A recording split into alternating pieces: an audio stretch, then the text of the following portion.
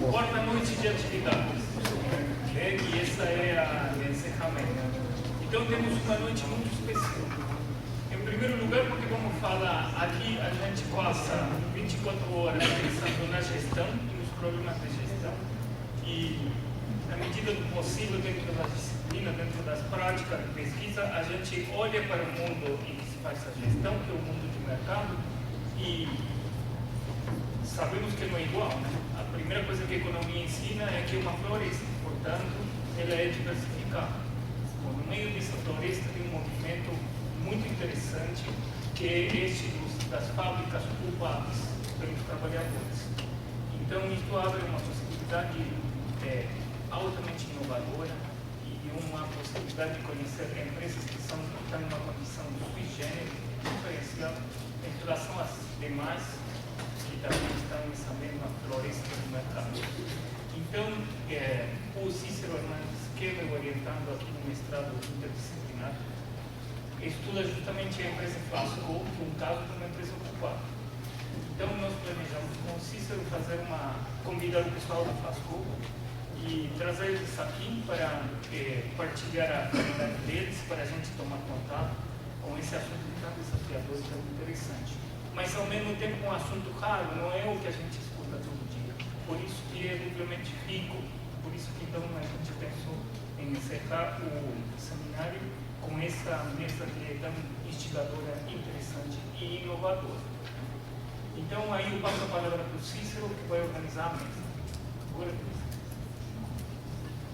Obrigado, Carlos. Boa noite a todos. Bom, primeiramente, pessoal, meu nome é Cícero, como o Carlos colocou. A gente vai passar, ele falou da situação sui generis da fábrica, né? Como a gente está vendo, a gente sempre vê vários casos por aí, de várias empresas, todos os estudos de caso aqui que a gente estuda, e a gente normalmente não vê casos como essa onde o trabalhador toma a frente no meio de produção. A gente sempre tem a tendência de acreditar que a decisão e as formas de produzir vai sempre recair na forma como o chefe define, certo? Então, quando a gente vê uma fábrica que se coloca no meio do mercado, na indústria, de uma maneira que não se comporta dessa maneira tradicional, a gente fica pensando, né, como que isso é possível? Como que pode uma fábrica sem chefe? Como que pode um negócio desse sobreviver ao mercado que coloca a centralização e a concentração do poder, por assim dizer, dentro de uma pessoa só que fica figurado na... Assim, né, outras questões também, né? Como que o contexto da história da economia brasileira afetou as indústrias e afeta a Flasco hoje em dia? Como que o tema da terceirização, por exemplo, afeta isso? Como que a economia solidária se relaciona a tudo isso?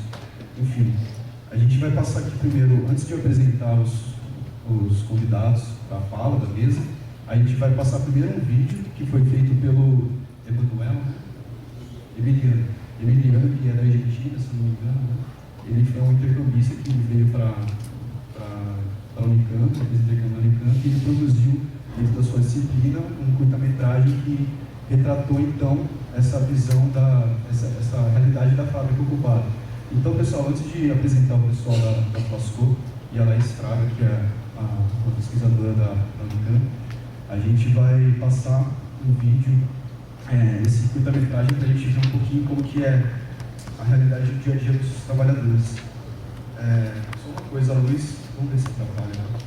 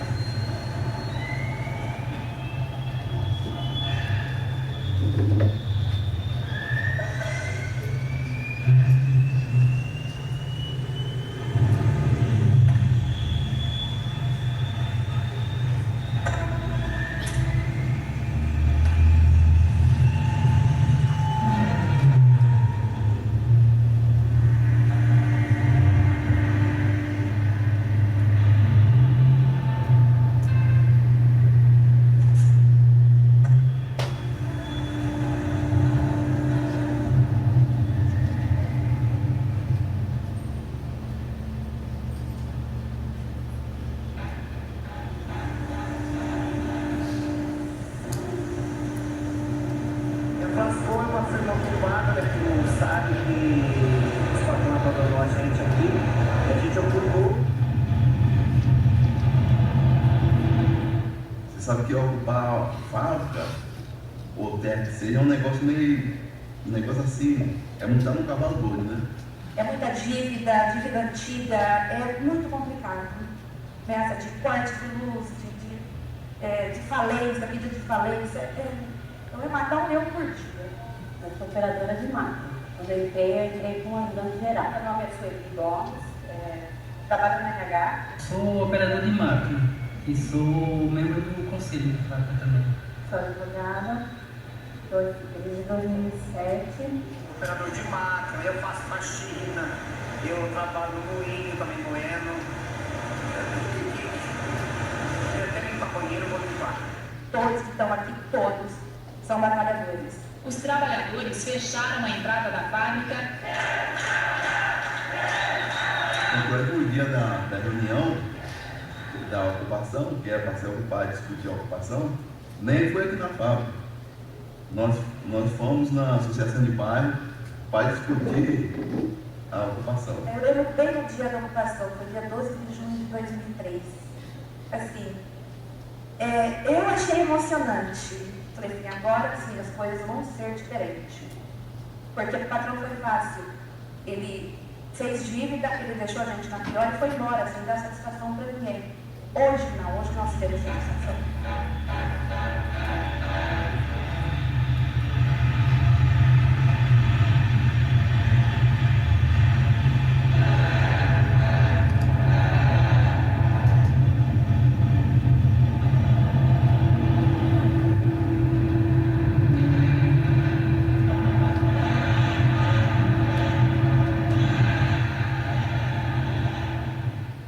Tivemos a primeira decisão de quando ocupou a fábrica, reduzir a jornada de trabalho de 44 para 40 e depois nós conseguimos fazer um estudo e conseguir reduzir para 30 horas a jornada semanal sem redução de salário. Mudou muita coisa, porque na época a patrão não recebia salário, não recebia 13º, não garantia nada. E nós trabalhávamos bem mais. Hoje nós reduzimos a carga horária para 30 horas semanal. E o resto da outra hora vai ficar com a família, alguém que gosta de fazer curso, vai fazer um curso, quem gosta de estar nas comunidades, fazendo um debate, vai continuar fazendo debate político. O bom mesmo é a liberdade que você tem. Você tem que ter responsabilidade, mas você tem liberdade. Você não tem aquela preocupação de já entrar preocupado que não, se você não fazer as coisas certas, o patrão vai estar te cobrando, só cobrando resultado. Aqui a gente sabe que o resultado é para nós mesmos.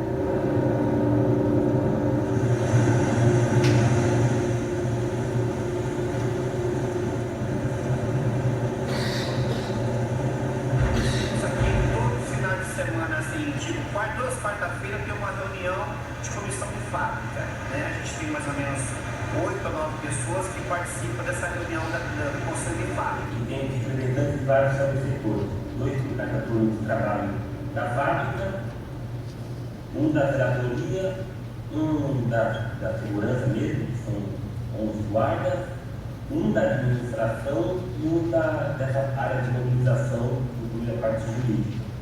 Mas cada uma dessas pessoas mantém essas funções na fábrica. E aí o Conselho de Fábrica funciona como uma organização igualitária aqui e tal, de poder de voto, de fala e tal. E tem as assembleias mensalmente, a Assembleia Geral da Fábrica. Né? Uma vez a 2 vezes por mês, uma Assembleia Geral. Então é discutido os problemas da fábrica, o que foi vendido, é passado tudo para nós. Valor social do trabalho, a Constituição, ele está mais do que evidente aqui dentro, seja pela redução da jornada de trabalho por 30 horas semanais, 6 horas diárias, pela redução dos acidentes de trabalho, que desde a ocupação caíram drasticamente o número, seja pela própria relação humana, como já foi dito, entre os trabalhadores. Não dá para passar sufoco. É como eu falo na minha família, minha irmã, meu irmão, trabalho naquelas coisas e não posso chegar naquela assim. Nunca faltou um arroz e feijão na minha casa, jamais. Nunca faltou. Devido ao companheirismo dos trabalhadores aqui, né, de todos. todos, desde o escritório até a produção. Eu estava na rua, sentada na rua. Aí um dia eu estava passando, aí o Pedro parou, tá a câmera, perguntou se eu podia trabalhar aqui. Eu falei que sim. Tá filmando. Comecei aqui em 2008, fizeram pago. Essa é uma das coisas que eu acho muito bom, porque ele poder contratar depois da ocupação, eu tive essa oportunidade. Eu tinha terminado de me formar em analista de sistemas e não fiz estágio, não tinha experiência, então para mim foi ótimo. Aqui a gente pode plantar uma árvore e ver que ela vai crescer. Crescer gostando. E tipo assim, a gente não tem aquela identidade de que se a pessoa não serve para aquilo, a gente manda embora, não.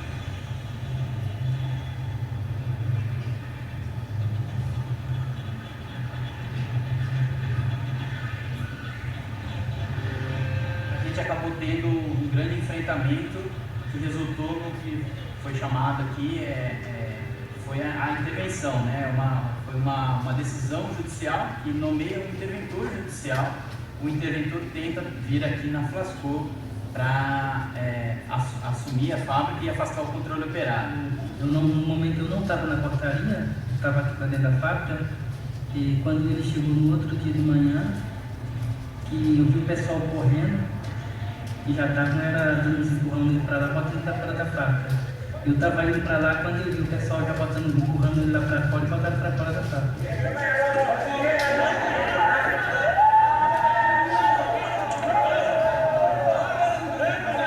Foi inscrito em justiça e não teve tempo de articular qualquer coisa. Acordamos de manhã com a fábrica invadida por 150 policiais federais. E quando ele entrou aqui, ele já foi dizendo que uma boa parte já estava demitido, porque ele falou que se deixasse 20 funcionários, era aumentar a carga de trabalho e dava para produzir igual. Então é uma mera criminalização para tentar acabar. Na verdade, a gente fala de exemplo, não que eles falam, não, nós estamos dando exemplo e tal, mas fica claro, porque por que tem essa ofensiva para cima da gente? Porque eles não querem que isso seja um exemplo para ninguém, sabe? Sentença que o juiz dá, que nós vamos ter acesso somente depois que estava escrito em justiça, ela é bastante pedagógica, porque ele vai elencar os pontos que faz com que tenha essa intervenção, os argumentos para fazer, e é um processo de 1998, uma dívida da gestão patronal, e nessa sentença ele vai fundamentar e ele coloca, vai no primeiro, segundo, e daí no quinto ele fala, quinto e talvez mais importante argumento. Ao defender de forma intransigente os postos de trabalho, seria desrespeitando o Estado democrático de direito. Imagina se a moda pega. E a gente brinca bastante com isso porque a gente fala, nós queremos justamente que a moda pegue.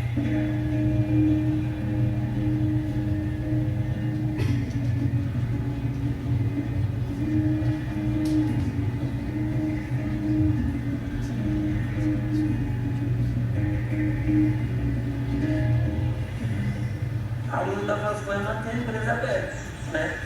A primeira coisa de foco nosso é os postos de trabalho. Para que a gente mantenha esses postos de trabalho, a gente tem que ter uma briga diária. Então a gente tem que ocupar a fábrica, resistir contra os ataques que vierem e produzir. Isso significa retomar a produção sob o controle dos trabalhadores, manter a atividade industrial. Porque se fecha, se para a produção, amanhã, no dia seguinte, a gente vai estar todo mundo desempregado. Então é muito mais difícil a gente lutar desempregado. A gente não tem a dívida financeira igual as empresas têm, a gente tem que pagar a dívida anterior, que é o que acho que mais pesa. Se fosse dívida nossa, a gente conseguiria. Os problemas na época patronal, que deixaram muitas dívidas, não só com o governo, mas também com diversos fornecedores. Como eles consultam e veem que a gente tem muitas dívidas, eles acabam não concedendo para a gente essa parte de financiamento. Hoje a gente acaba pagando tudo à vista, o que é muito difícil para a gente. Então a gente fala que é necessário transformar o débito existente de todo esse passivo em crédito e a fábrica ser reestatizada. Que ela seja pública, mas realmente pública, sabe? A fábrica aberta à população, tem muitos espaços que hoje a gente pode falar que era ocioso, a gente mesmo, que não, assim, amar, né? Ficar abrindo. A porta da fábrica, foi arrumando os espaços, os galpões e tal, outros espaços que tinham estavam abandonados. E tem muita gente praticando várias atividades de cultura, esporte, e além de as pessoas terem a oportunidade de entrar na fábrica, conhecer.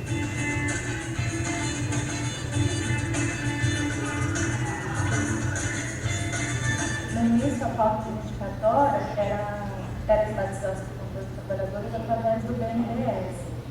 O Lula, ele respondeu ao pessoal, uma menina que enviou uma pergunta para ele, né? E aí falou assim, não, porque estatizar é dividir o ônus, né, com a sociedade inteira. E não é justo que a dívida gerada pela patronal anterior, pela gestão anterior patronal, seja dividida com a sociedade.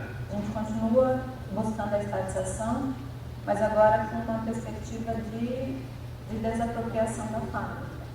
Do Estado tomar para si a fábrica e depois os trabalhadores controlarem. E a gente fica pensando se o Estado depois não dá para a gente continuar tocando a fábrica. É um risco que a gente vai correr.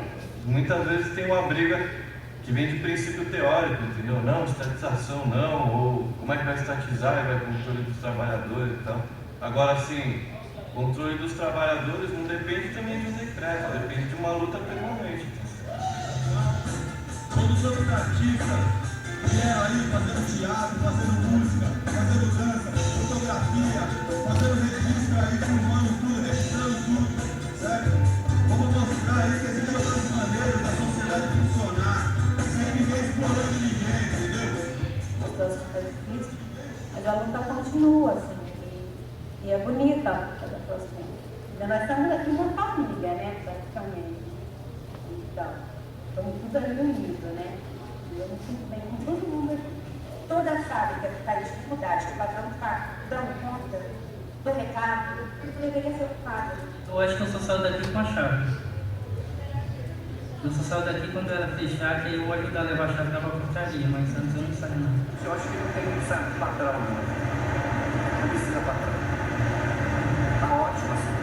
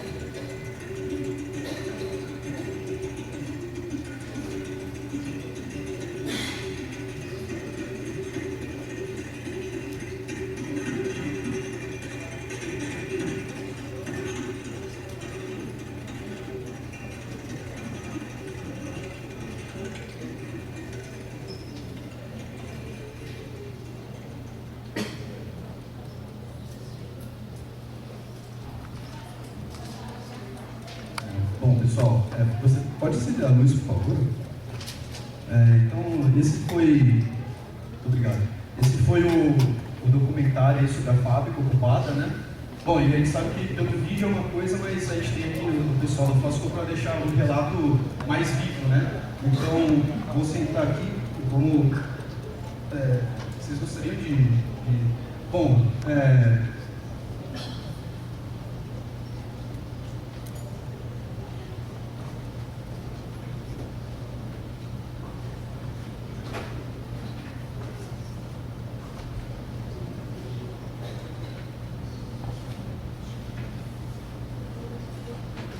Bom, então, pessoal, aqui na mesa a gente tem o Oswaldo Costa, que é trabalhador da Fasco. Temos o Batata, o Rafael Gironi aqui, que ele é da Fasco também. O Oswaldo trabalha na produção, o Batata trabalha no setor de mobilização. Do lado direito aqui a gente tem o Alexandre Mandel, que trabalha no setor judiciário da Fasco. E à ponta a gente tem a Laís Fraga, que é a pesquisadora da Unicamp, que ela trabalha na IPCP, que é a incubadora tecnológica de Cooperativas Populares, que está em associação com a Flascor. E, bom, gostaria de passar a palavra para o Oswaldo, que provavelmente conhecido como Shaolin, né, Shaolin? Então, fica à vontade. Só uma coisa, a gente tem, vou colocar 10 minutos para falar de cada um, para depois a gente abrir para a discussão, certo? Bom, pessoal, boa noite a todos. Como ele falou, meu nome é Oswaldo Costa Neto, mas sou conhecido como Shaolin. Sou trabalhador da Flascor, sou membro do Conselho de Fábrica. Vou fazer breve assim, um meio histórico rápido do movimento das fábricas ocupadas no Brasil. Participei de uma luta de fábricas ocupadas na cidade de Itapevi, São Paulo, Grande São Paulo, sul de Itapevi. É uma empresa por nome de Flak Pet, na área de reciclagem de garrafas PET, onde essa empresa chegou na cidade de Itapevi.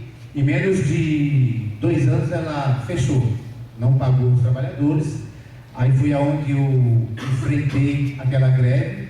Eu trabalhava num setor assim, quase nem visto a patronal, que eu trabalhava tipo numa plataforma no meio do lixo, lá na reciclável, entendeu? Aí fizemos aquele levante na empresa, foi aonde eu surgi. Regacei as mangas e busquei aquela greve de frente, convoquei os trabalhadores todos ali, se unimos, o patrão não nos pagou, jogamos eles para fora. Até então eu estava fazendo uma coisa louca, já criei uma comissão ali, criamos uma comissão de trabalhadores. Eu não conhecia a galera da Cicla, não sabia da Flascor. Foi quando a imprensa chegou aí, de imediato a gente já se conheceu todo mundo. Aí fizemos aquela aliança de fábricas ocupadas, Cicla, Flascor, Interfibra de Santa Catarina, Profimplast de Santa Catarina, JBS de Pernambuco. Eu sei que na época que surgiu as ocupações da fábrica, chegamos a ter um número, se eu não estiver enganado, precisamente no momento, de 35 fábricas, é isso, Alexandre? Ocupadas, estava uma febre, entendeu? Aí da Flak Pet, a gente perdeu para a justiça, depois de 8 meses ocupado, o patrão conseguiu não pagar ninguém, não pagou o BNDES também. Não sei que esses caras conseguem fazer uma manobra, conseguiram 49 milhões de BNDES para abrir essa empresa em Itapevi, não pagaram o banco, não pagaram os trabalhadores, conseguiram ainda vender a Flak Pet sem pagar ninguém, e estão bem na fita, e nós, os trabalhadores, perdemos tudo. Mas enfim, aí de lá fui para a Cicla, que é a matriz, que é a mãe da Flascor, que a Flascor de Sumaré é uma filial da Cicla de Santa Catarina, da cidade de Joinville. Trabalhei por 2 anos na Cicla, o pessoal de lá me convidou para mim ir para Santa Catarina, se eu queria trabalhar com eles. Aí eu fiz um estágio lá de 15 dias, fiz um curso na área de promotor técnico de vendas da Cicla. Aí vim para São Paulo, Grande São Paulo, trabalhar para a Cicla de Santa Catarina. Foi quando em 2007, a intervenção, 2007 teve a intervenção federal na Cicla, onde não estávamos esperando, mas foi numa segunda-feira que se chegou para trabalhar. A fábrica foi tomada por 150 policiais federais. Aí de imediato, já com o interventor, já mandaram todo o conselho de fábrica de imediatamente embora. Parece que mandaram 48 trabalhadores assim na primeira etapa. A Cicla tinha em torno de 1.100, 1.200 trabalhadores, pra vocês terem uma ideia.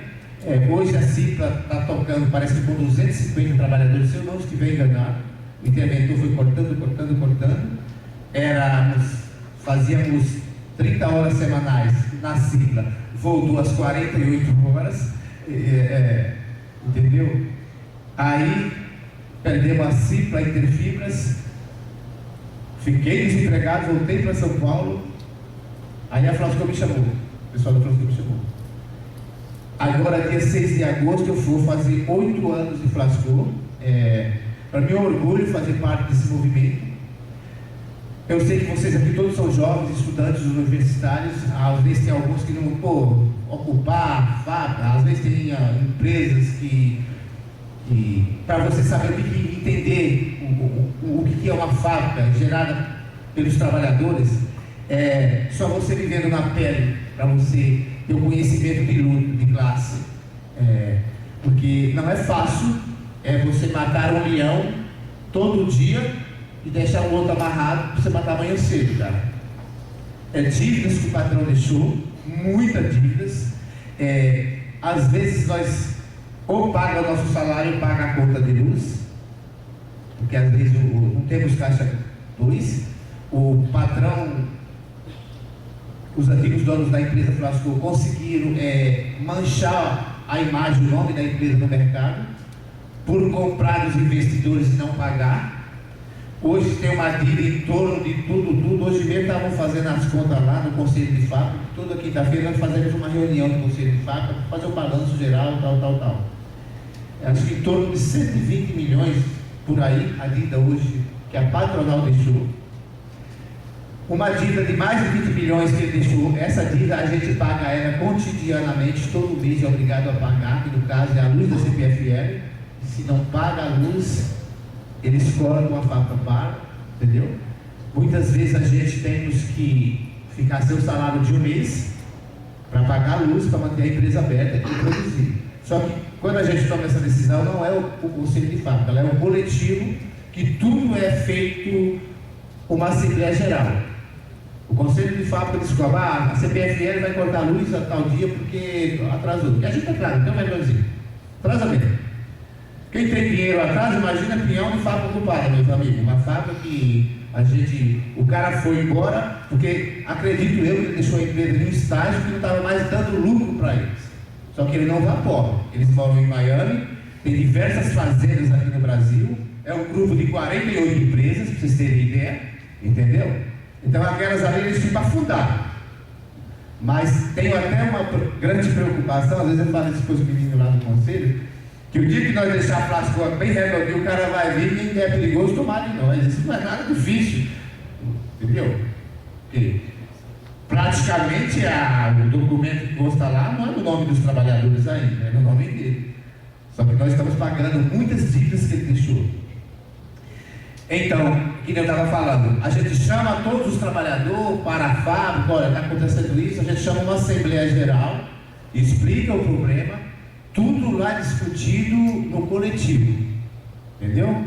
Porque às vezes pode ter pessoas que acham, mas não, lá tudo é preto no branco, tem a prestação de conta, entendeu? Quando dá para pagar a gente paga, quando não dá a gente não paga, entendeu?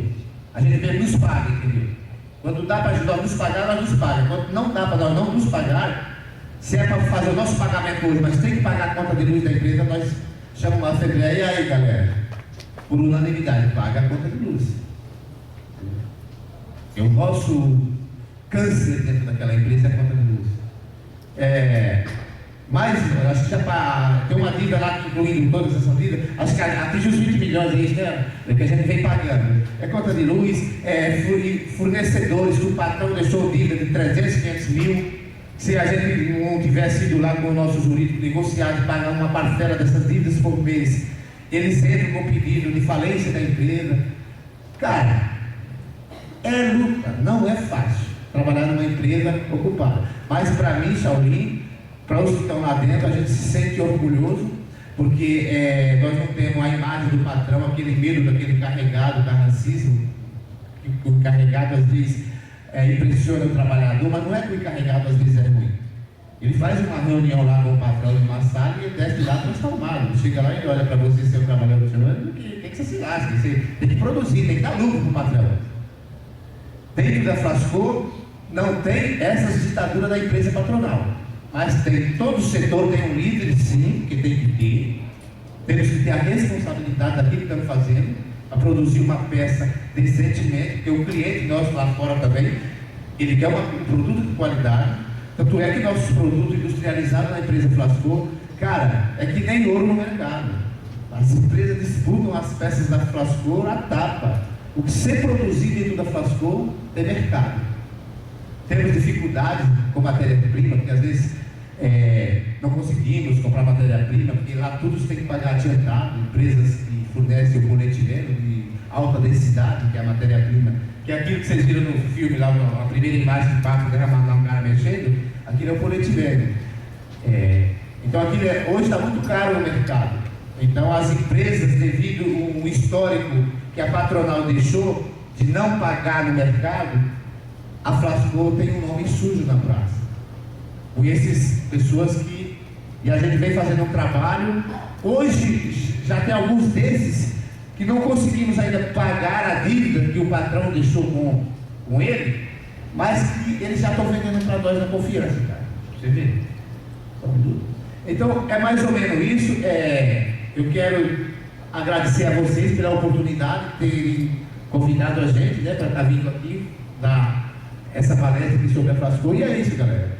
E eu gostaria de só deixar aqui um convite bem rapidinho. Dia 12 agora de junho, faz 12 anos de Fábricas Ocupadas sob controle operário. Pusemos no coletivo, porque dia 13 a gente vai fazer uma festa na Flasco para comemorar esses 12 anos de ocupação. Aí os trabalhadores quebramos o protocolo esse ano, que fazia todo dia 12. Como vai cair numa sexta-feira? Veja o que nós jogamos a festa para o dia 13. Fica aqui um convite, aquele que se interessar, é o Brodinho que sempre está lá com a gente. Não é tão longe daqui em Sumaré, galera. Falou, boa noite.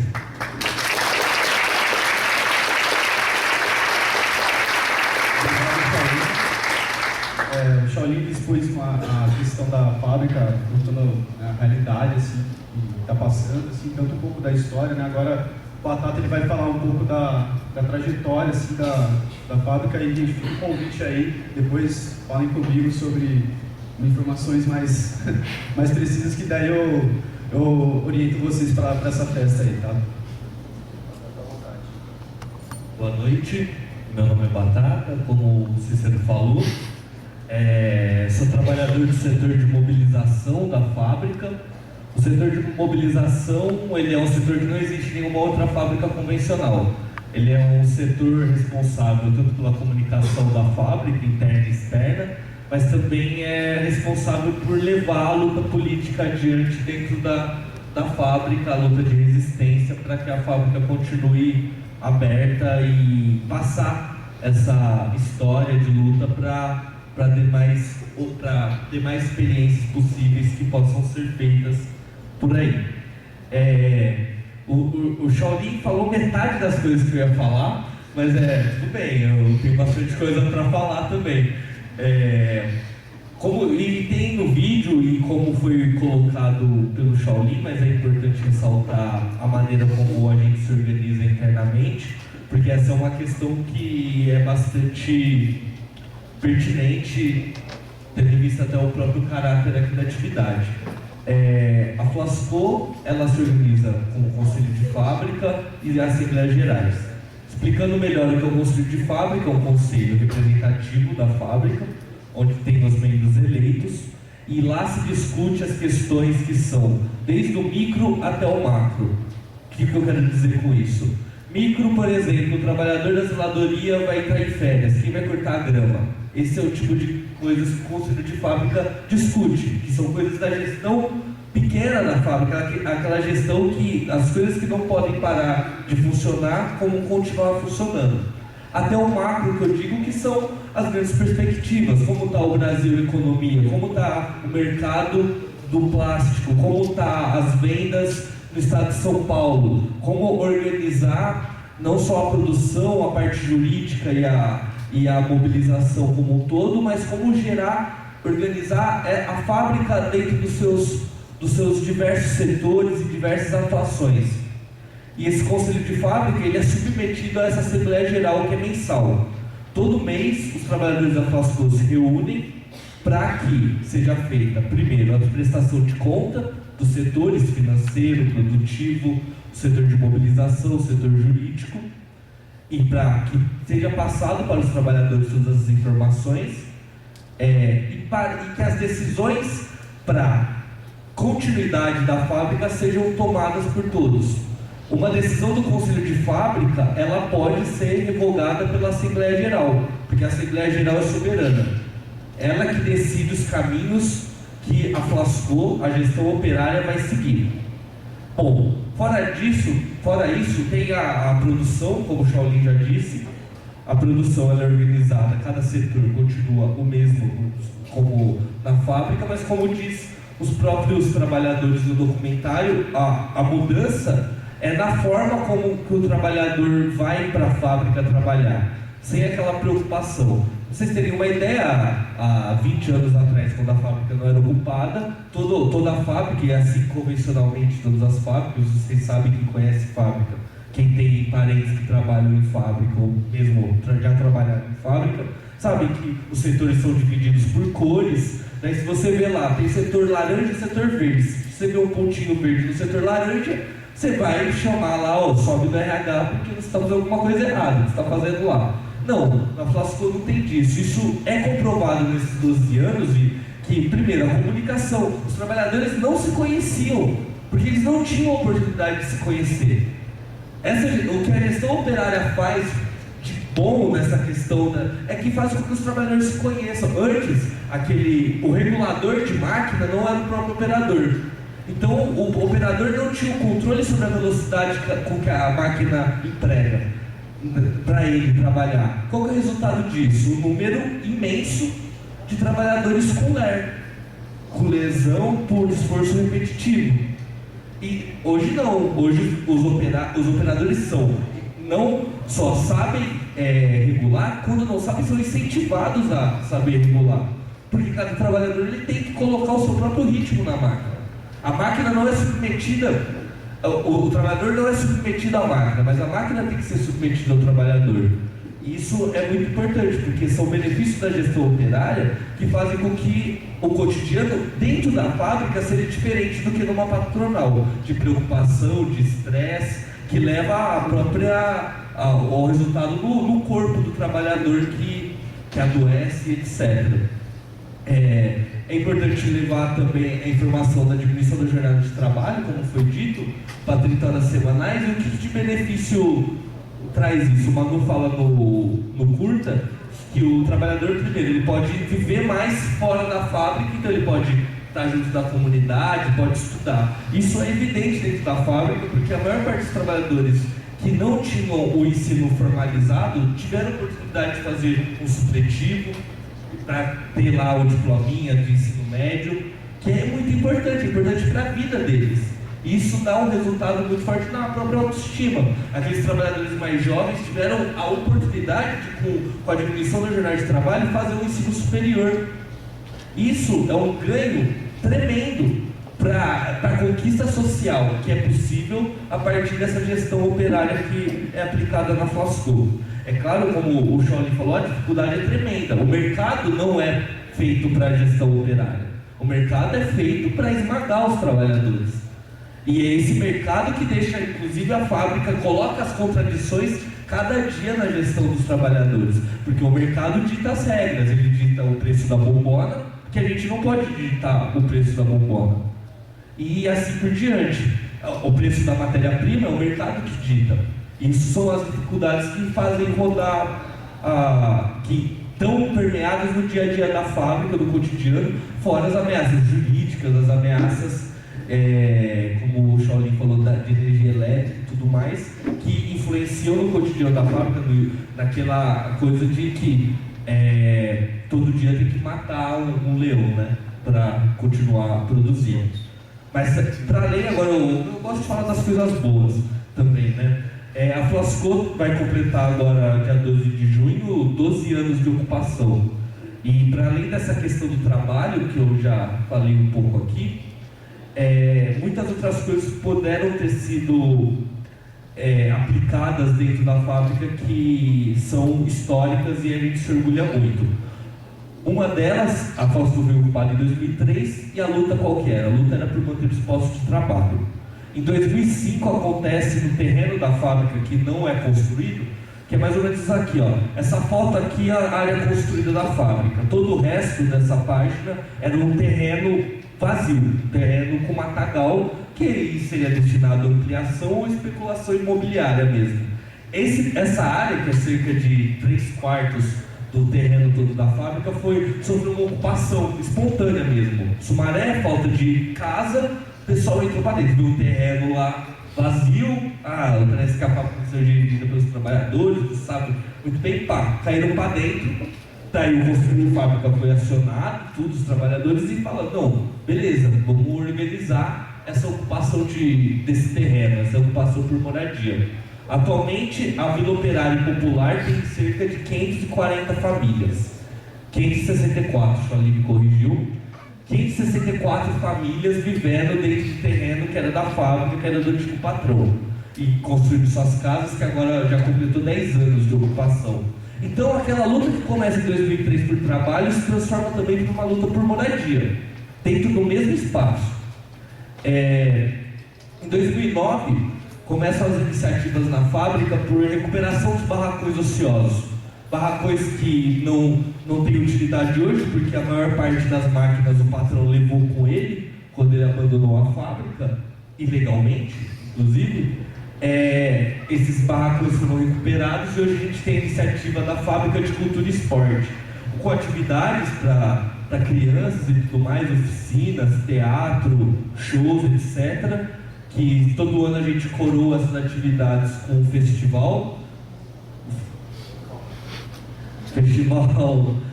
festival da Flasco, que é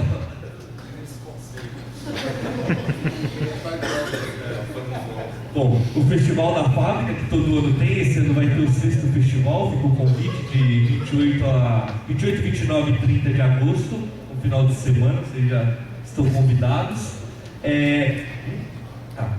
Então a luta que começou em 2003 por trabalho, em 2005 se transforma também por moradia, em 2009 se transforma também por cultura, lazer, educação.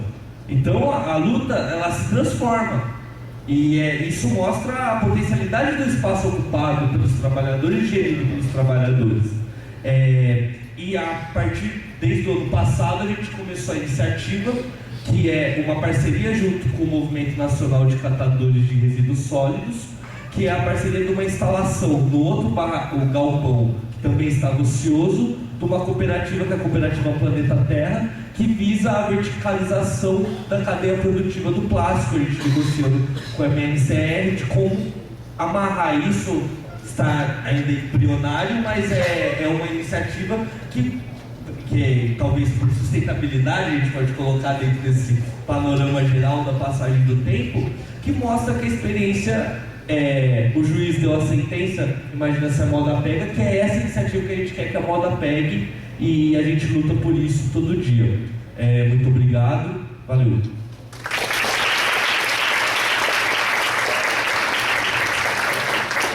Obrigado, Batata. Acho que o que o Batata fala é uma coisa muito importante, né? A economia, ela traz crescimento econômico, mas ela também pode trazer desenvolvimento social. Então, né, até que ponto isso pode ser, né, em outras fábricas isso pode acontecer. Agora eu vou passar a voz para o Alexandre.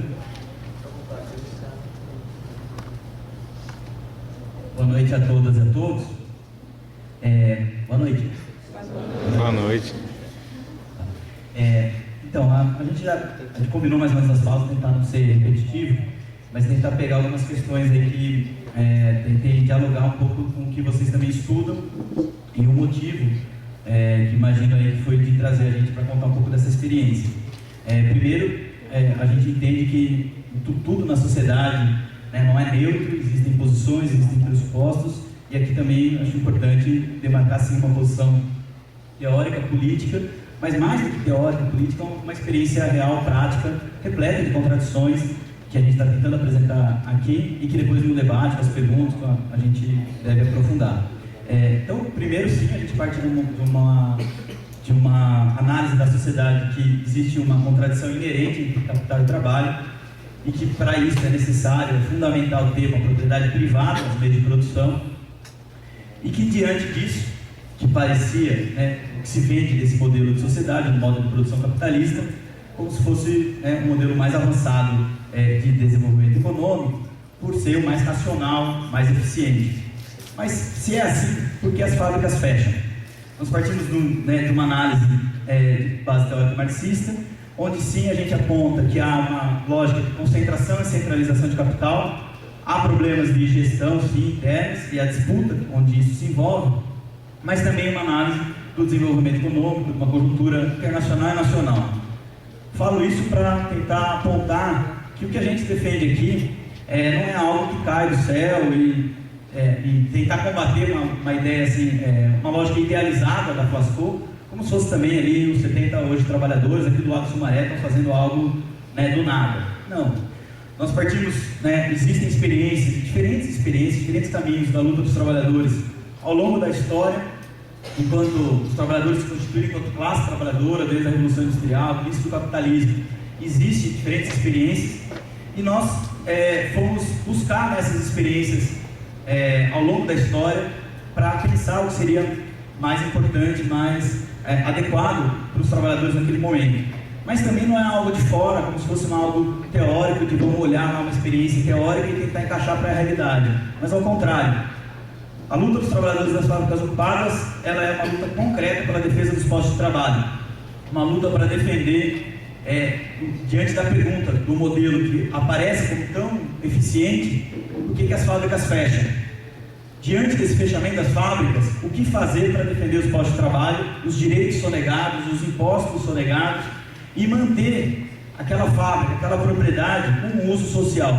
E se o patrão, por vários motivos, não quer, ou não consegue, ou não lhe interessa continuar essa fábrica, por que não continuar essa fábrica sob o controle dos trabalhadores?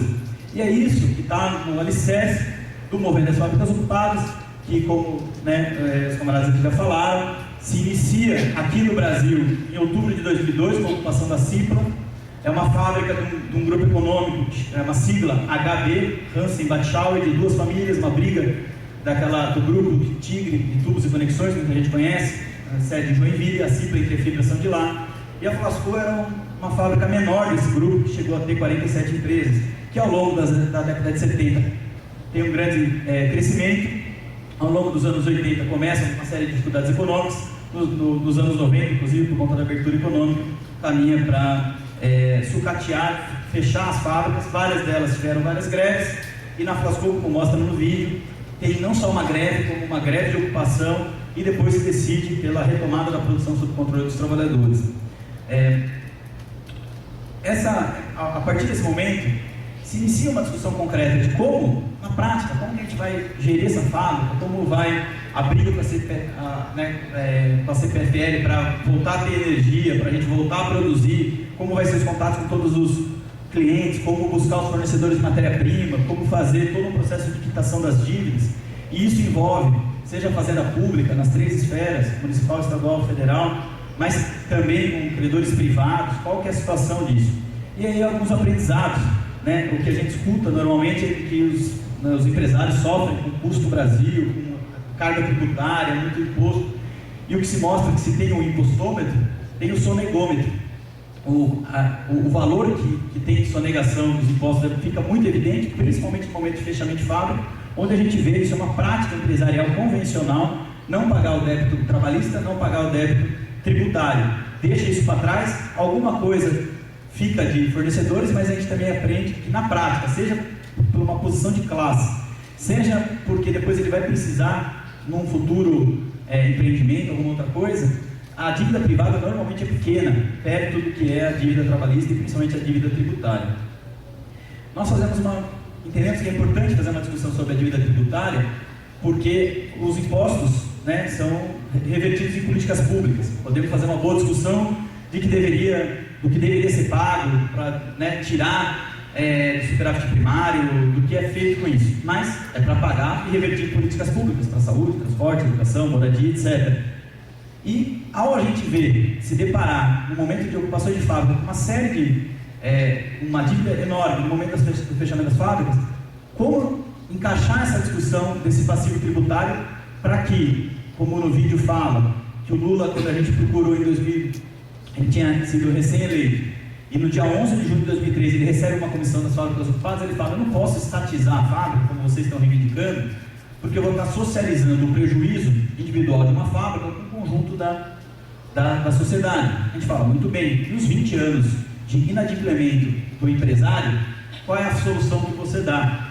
E daí tem dados objetivos. Se procurar pelo site as notícias dessa semana, tem um estudo recente que aponta que 25% dos valores que a fazenda deveria recuperar é efetivamente recuperado. E nós apresentamos uma possibilidade de discutir para ter uma propriedade coletiva dos meios de produção, uma propriedade pública. Nós não queremos ser donos da fábrica, proprietários, patrões. Nós queremos que a fábrica seja o mais coletivo possível, no seu sentido mais público possível da comunidade, os exemplos aqui da Vila Operária, da Fábrica de Cultura, mas mesmo no conjunto da fábrica, pensando a inserção da Flasco dentro de uma cadeia produtiva extremamente estratégica para se pensar o ramo plástico no Brasil. Produzimos bombons que têm grande demanda, inclusive crescente, então ela pode ser bastante utilizada para se pensar nesse sentido. E apresentamos no grupo ao Lula em 2003, e ele falou que não estava no cardápio a estatização sob controle dos trabalhadores, montou um grupo de trabalho e passou por várias secretarias, ministérios, né? E como a gente fala, quando não quer resolver, monta um grupo de trabalho, que daí você enrola bastante, tal. E assim foi, mas teve uma coisa muito importante desse grupo de trabalho, que foi um estudo do BNDES, que apontou, então não fomos nós que apresentamos, o grupo de trabalho apresentou via BNDES uma perspectiva concreta de transformar o débito existente em crédito. Ao fazer isso, seria uma forma jurídica, respaldada, e não estamos aqui falando de Marx, Lenin, revolução, nada, concreto, está na lei, que se garante para se fazer isso. O Lula vive e fala, isso vai abrir um precedente que a gente não tem condições de arcar. Se eu faço isso, amanhã aparece um monte de empresário, nós fomos eleitos numa correlação de força, com meu vice aqui, empresário, nós não temos como fazer isso. Muito bem, está feita a decisão política, mas mostramos que tem capacidade para se fazer isso. A outra forma de se expressar isso, não do BNDES, é a desapropriação por interesse social. Também está na lei, é uma lei usada muito, principalmente no meio, pensando em desenvolvimento das cidades, mas sobre a lógica de especulação imobiliária, a lei 41.32/62, que é usada por grande capital a serviço de uma desapropriação por interesse social, que nada tem de social. Nós fomos estudar, desenvolver como poderia ser aplicado isso, pegamos contradições de como é utilizado pelo grande capital e por que não poderia ser utilizado no caso das fábricas ocupadas, que é para dar um uso social para essa propriedade que estaria abandonada. Se vocês andarem aqui, primeiro é uma cidade que tem bastante indústria, se vocês andarem aqui pela Anhanguera, vocês vão ver uma série de galpões abandonados, e justamente o que a gente tem uma palavra de ordem histórica dos trabalhadores, de que uma fábrica fechada, um cemitério de postos de trabalho. Nós combatemos isso dizendo que a gente tem que dar um uso social para isso. E é isso que a Flasco tenta contribuir nesse debate com as diferentes experiências que vem tendo, inclusive em diferentes países, com diferentes caminhos. A nossa crítica à política pública bastante deficitária a pensar fábricas ocupadas aqui no Brasil é justamente porque há um filtro para adotar somente um caminho da economia solidária, que dentro não é só a Flasco que faz essa crítica, existe um mapeamento com 65, 67 empresas recuperadas por trabalhadores sobre diferentes formas, sobre diferentes perspectivas, e concretamente a gente apresenta que é uma crítica a essa perspectiva porque ela não aponta um caminho para se pensar um desenvolvimento industrial e econômico planificado de forma mais geral. Para isso, nós apresentamos a desapropriação por interesse social, não avançava, a gente foi buscar no Legislativo, conseguimos aprovar na Comissão de Direitos Humanos do Senado o projeto de lei 257 de 2012, que foi aprovado por unanimidade, que tinha as condições e virou um projeto de lei, está na CCJ, na Comissão de Constituição e Justiça do Senado. Discutimos uma possibilidade concreta para se fazer isso, criando sim um bom precedente, que a moda pegue no sentido positivo para que outras fábricas sejam ocupadas e sejam garantidos os direitos. E junto com isso, a terceira forma que a gente tem apresentado, que inclusive teremos uma reunião quarta-feira em Brasília, uma delegação ampla de apoiadores vai junto com a gente, que é a adjudicação, que é um termo jurídico horrível, mas que é simples, que é a outra forma do Estado intervir para garantir a transferência da propriedade, retirando a propriedade patronal que tem 20 anos aí de sonegação tributária e fiscal. Falei muito rápido, falo muito, gosto muito de falar, mas fica para o debate a gente complementar.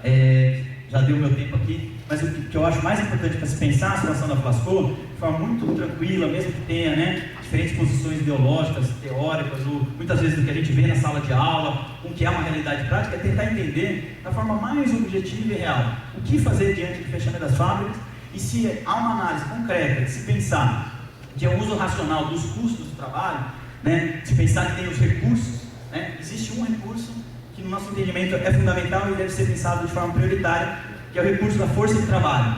E pensando nisso, com todas as contradições que nós tivemos sobre a lógica dos trabalhadores, nós conseguimos manter uma perspectiva de classe, conseguimos reduzir a jornada de trabalho sem redução de salário, nós conseguimos manter um ritmo de trabalho, não adoecimento, não acidentes de trabalho. Então, nós podemos ser criticados de várias formas, mas sob a perspectiva dos trabalhadores, e a nosso ponto é o que interessa, nós conseguimos empreender uma experiência que, com 12 anos, a gente conseguiu alguns avanços. É isso, obrigado.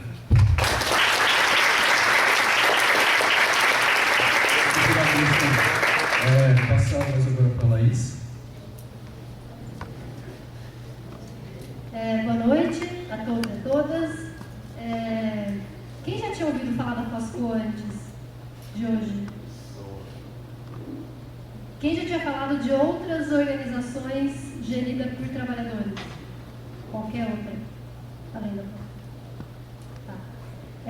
Bom, eu vou me apresentar, acho que eu sou um pouquinho diferente do resto da mesa, e eu vou contar um pouquinho o que eu fiz na minha vida para dizer como é que eu cheguei na Flasco e por que eu acho que eu tenho alguma coisa a dizer para vocês.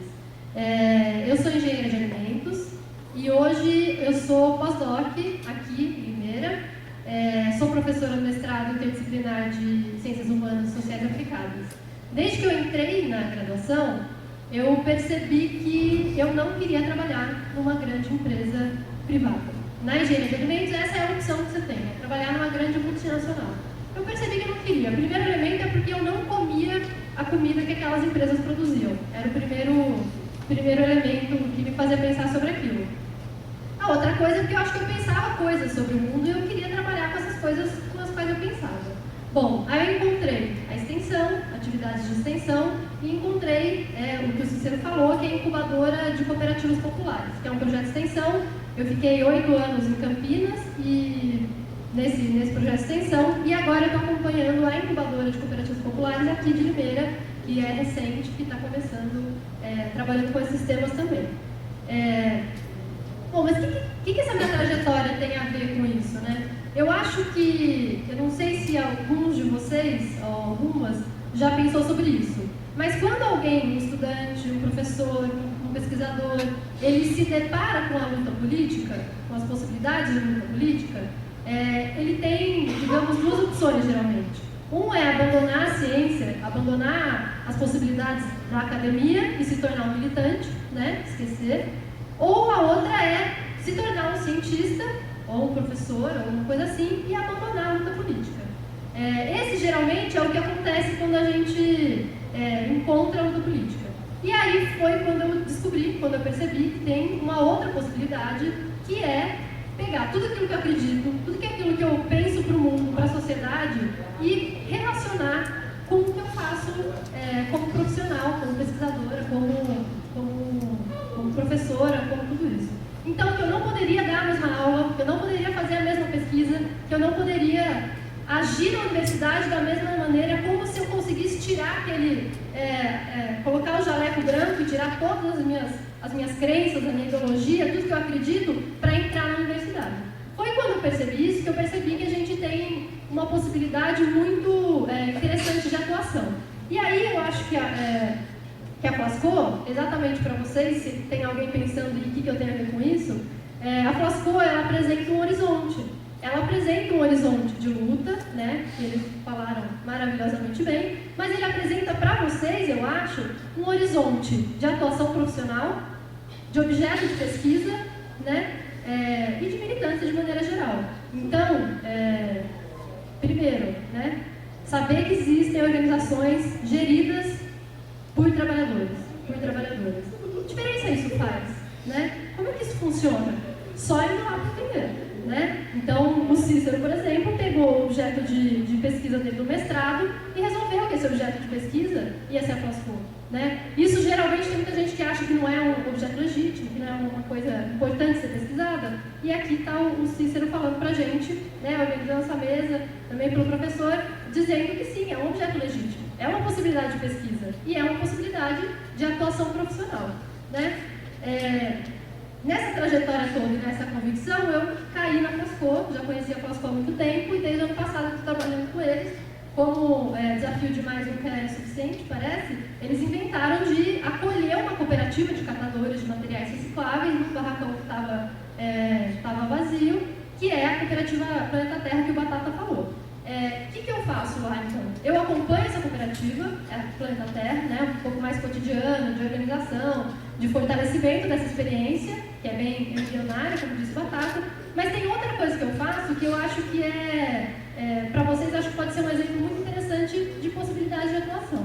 A Flasco, plástico para fazer as bombonas. Os catadores catam plástico, né, para vender e ter o seu sustento.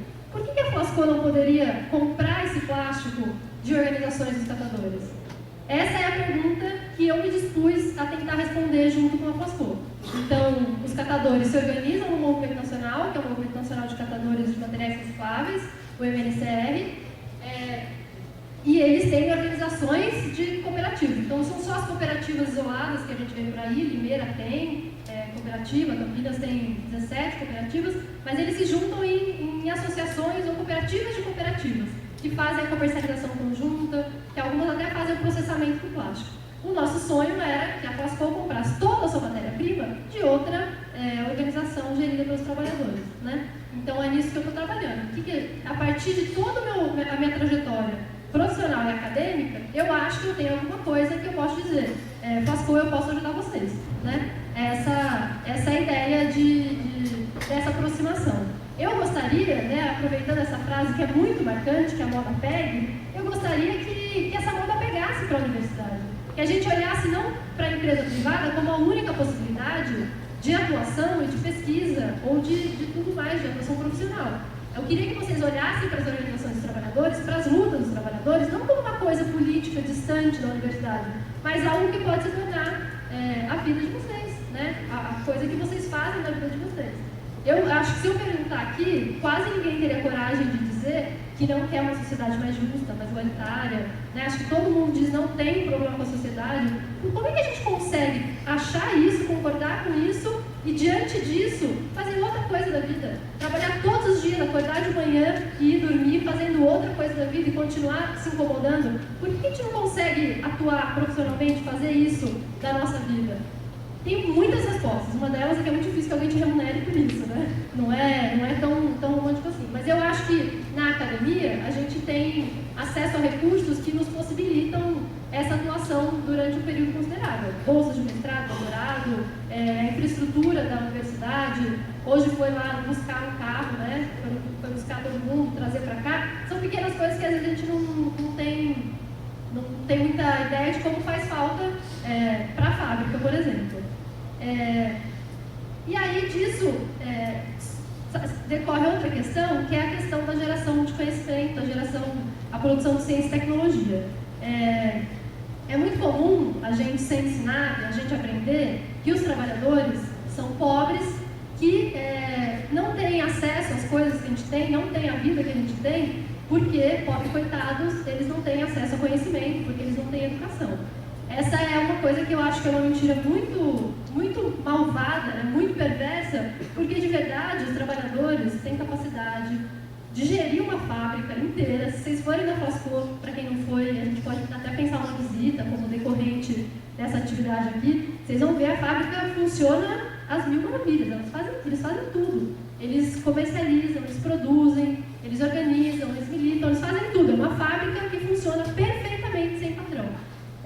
Dessa experiência, dessa proximidade, dessa empatia com os trabalhadores, que a gente percebe que o que falta a eles não é conhecimento, o que falta a eles não é capacidade, o que falta a eles são coisas como financiamento do BNDES. O que falta a eles, por exemplo, recursos para pesquisa e desenvolvimento, P&D. Os editais de pesquisa e desenvolvimento, se vocês forem ver, não existe para organizações geridas por trabalhadores. Se uma empresa multinacional, sediada no Brasil, só com sede no Brasil, ela já tem acesso a recursos públicos para pesquisa e desenvolvimento. Ela não precisa nem ser nacional, ela tem que ter sede aqui. A Flasco não consegue isso, mas de maneira nenhuma. Ah, mas tem demanda de ciência e tecnologia lá? Tem. Por exemplo, que eu falei da cadeia produtiva e da reciclagem, mas são outras. Por exemplo, as máquinas. A gente não consegue olhar para aquele parque industrial e pensar adaptações, modificações, compras de máquinas para tornar aquele trabalho melhor, com novos produtos, com nova organização do trabalho? Com certeza sim. A gente não consegue pensar na bombona, como é que a bombona vira uma cisterna que pode ser comercializada junto com o programa de acesso à moradia, por exemplo, que toda moradia tenha acesso a uma cisterna, nessa crise hídrica que a gente está vivendo. A Flasco não poderia ser a produtora desses bens, que a gente chama de bens socialmente úteis, dessa cisterna? Bom, com certeza sim. O que não dá para fazer é achar que vamos dar um jeito, vamos fazer alguma coisa. Não, a gente tem que ter planejamento, a gente tem que ter estudo, a gente tem que ter a viabilidade técnica, a viabilidade econômica, a gente precisa de engenheiro, a gente precisa de gestor, a gente precisa de tudo que uma outra empresa, que uma empresa patronal precisa. Logicamente, a primeira coisa é a gente aprender como a Flasco ou outras organizações funcionam, e a segunda é respeitar como pessoas capazes e totalmente parceiros e não pobre coitados. Eu estou insistindo um pouco nisso de pobre coitado, porque geralmente a extensão, ela vê assim, não sei também quem já ouviu falar de extensão, quem já faz parte de algum projeto de extensão, mas a extensão é essa ideia de que a universidade deve se voltar para o que está fora dela, né? O entorno, as comunidades, organizações de trabalhadores, tem um monte de coisa e a universidade então se ocupa disso. Essa relação não deveria ser de dó ou de caridade, mas de parceria, né? Bom, a gente tem isso a oferecer, a universidade sabe fazer isso. Isso serve para vocês de alguma maneira? Isso de alguma maneira melhoraria o trabalho de vocês? De alguma maneira fortaleceria a luta de vocês? É isso que a gente sabe fazer. Então, nessas condições, criar parcerias. Eu acho que era isso que eu queria falar.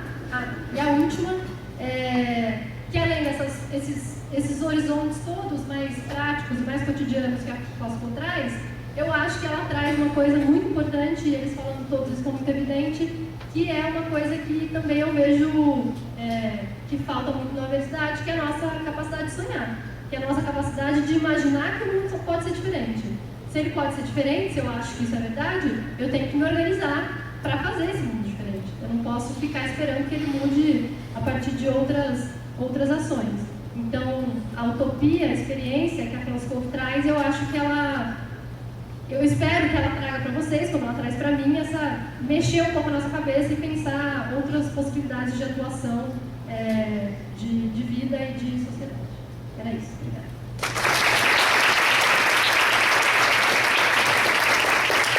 Obrigado, Laís. Bom, pessoal, essa foi a apresentação da mesa, certo? Agora a gente vai abrir para as perguntas. A gente tem 20 minutos ainda, né? Porque até 9 horas a gente tem que encerrar. Então a gente poderia fazer blocos de 3 perguntas, acho que primeiramente.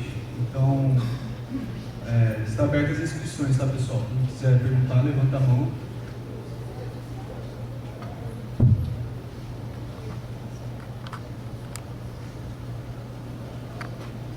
Não se acane. Fique à vontade. Boa noite, eu sou o Rafael. Tudo bom? A primeira pergunta que eu queria destinar ao Batata e ao Shaolin. Como vai ser o esquema da cerveja na festa da empresa? Aí você responde a outra pergunta, agora um pouco mais direta. Eu gostaria que comentasse um pouco também, já que a gente foi comentando muito a questão da gestão, né? E aqui, né, tem gestores, o LEG também, para formação de engenheiros, né? Alguns aspectos, né, que a gente sabe de máquinas que foram consertados pelos próprios trabalhadores, eu acho que seria também muito interessante e até a visão em alguns trabalhos junto com os engenheiros externos para, vamos falar, a repotenciação de máquinas, né? E último, como que vocês enxergam que a universidade, os estudantes poderiam colaborar de alguma forma realmente efetiva, né, que, vamos falar assim, ajudasse de alguma maneira, não só, vamos falar, dinheiro, mas também de outras formas a fábrica? Eu quero saber cerveja, viu? Alguém mais tem uma pergunta a fazer?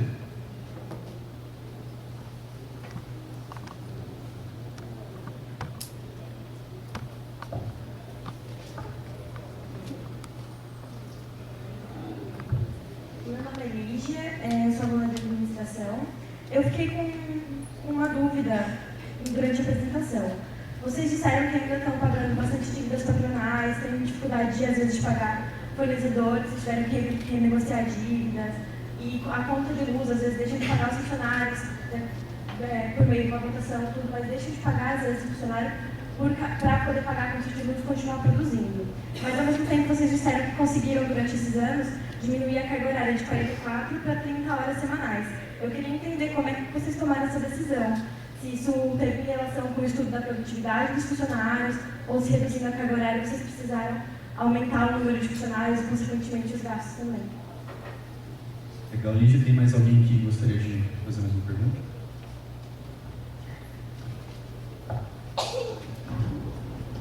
Boa noite, meu nome é Rafael. Na verdade, são mais curiosidades. Assim, em relação à política de salários relacionada com os cargos, como que vocês pensam nisso? Quais são os critérios, enfim. Vocês já falaram um pouco também sobre a relação com fornecedores e clientes. Eu queria que vocês se aprofundassem um pouco mais nisso. Se mudou alguma coisa, continuam os mesmos clientes, apareceram outros fornecedores também, se teve resistência dos clientes aqui. E com relação aos movimentos de esquerda hoje, se existe algum apoio, partidos, movimentos de esquerda, como que está, né, ao longo desses 12 anos, quais foram que tipo de relação que a fábrica manteve com as organizações de partidos de esquerda? Bom, agora vocês fechando o primeiro bloco, então, passar para as respostas aqui.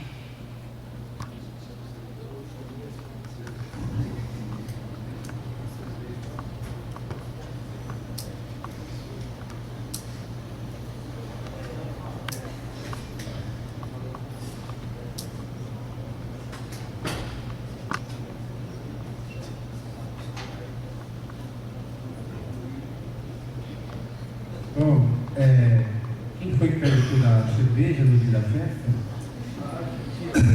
Vocês têm cara de escolher, clínica em geral. A cerveja lá é o seguinte, quando a gente faz essas comemorações assim, no caso que é aniversário da empresa, antes do dia, inclusive o responsável pela organização da festa sou eu sou cozinheiro industrial também. Então a gente temos alguns contatos com os nossos clientes que são amigos e parceiros da gente. Então a partir da semana que vem eu já vou estar fazendo contato com essas empresas e vou estar pedindo uma contribuição financeira em espécie. Então a gente, se você for lá, você vai beber, você vai comer, você vai ver uma puta mesa farta, mas na verdade aqui são doações de empresas parceiros nossos que a gente faz o trabalho e os caras ajudam mesmo. Beleza? Pode ficar tranquilo que se você não vai pagar a cerveja não. Leva o carro para alguém me trazer para mim chapado.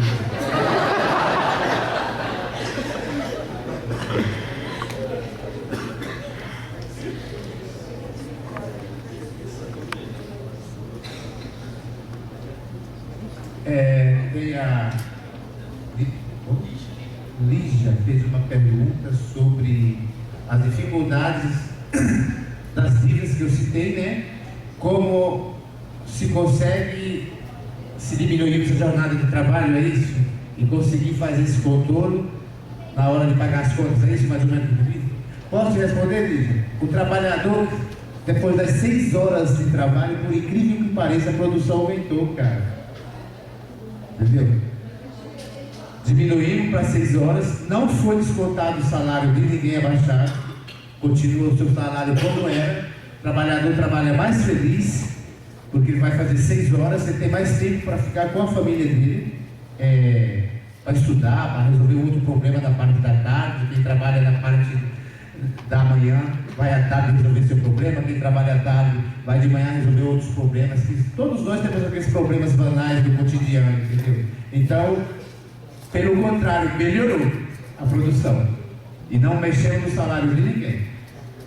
E na empresa patronal isso não acontece, é 48 horas e banco de horas, que agora, depois que criaram esse banco de horas para não pagar hora extra, entendeu? Bom, a gente que somos trabalhadores de fábrica, sabemos como que funciona. Eu acredito que às vezes deve ter alguém aqui que o pai é um trabalhador de empresa, nem todos que estão dentro de uma faculdade aqui, às vezes não são filhos de empresário, tem tudo isso também, tem aquela faculdade privada que é só, se a gente for de uma faculdade privada aí, onde todos os alunos são filhos daqueles caras, tipo, sei lá, filhos das disputas dos megas empresários, nós vamos ser variados. E aqui eu estou vendo que é uma galera que está nos ouvindo, e parabéns. continuando aqui continuando as respostas aqui, com relação a modificações do maquinário, inclusive é uma pesquisa que o Rafael realizou lá na fábrica, mais técnica, que é importante ver que existe mesmo essa relação de adaptações feitas no maquinário que visam a melhoria da condição do trabalhador para com a máquina e que também influencia na própria diminuição da jornada de trabalho e no tempo de quantos trabalhadores precisam para operar aquela máquina. Então são adaptações que são feitas pelos próprios trabalhadores, junto com outros.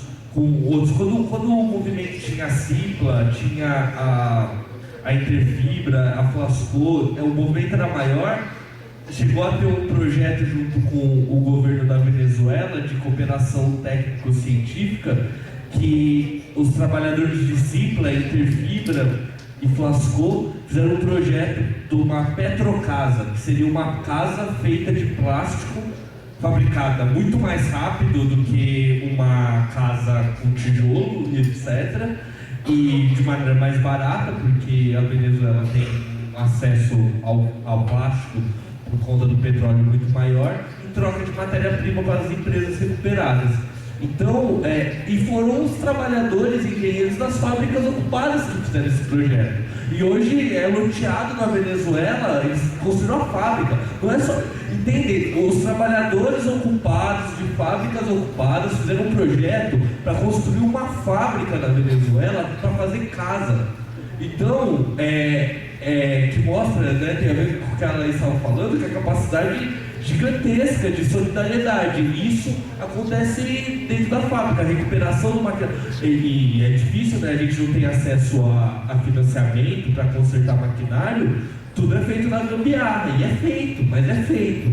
É aquela gambiarra porque a gente tem lá uma placa de molde que está ali há 20 anos, desgastando, passando água gelada e água quente, que faz a máquina funcionar. Aquilo desgasta, a gente tem que recuperar aquele maquinário, porque custa 250 mil um outro molde daquele.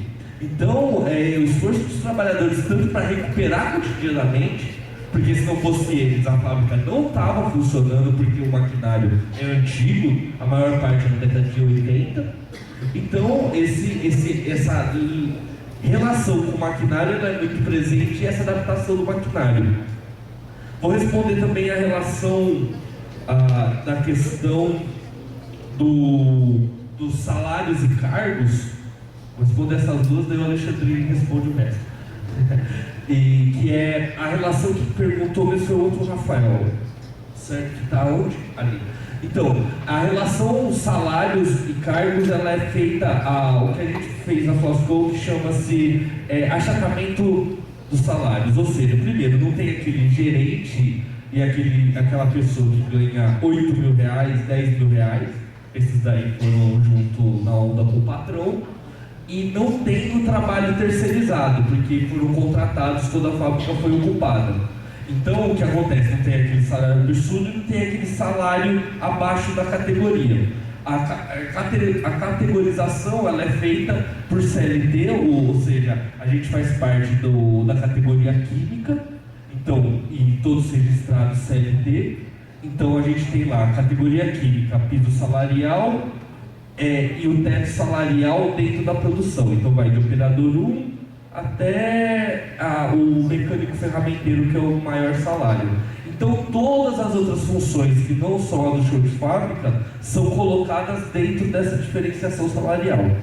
Isso foi decidido por uma própria discussão e um debate dos próprios trabalhadores, que acham que essa diferenciação salarial ela é importante. E isso não quer dizer que o trabalhador, por exemplo, que entra como operador 1, que é o salário mais baixo dentro dos operadores, não possa aprender dentro da própria fábrica a se transformar no operador 2, e com isso ter um maior domínio de outras máquinas, e também por isso receber uma remuneração maior, e assim por diante.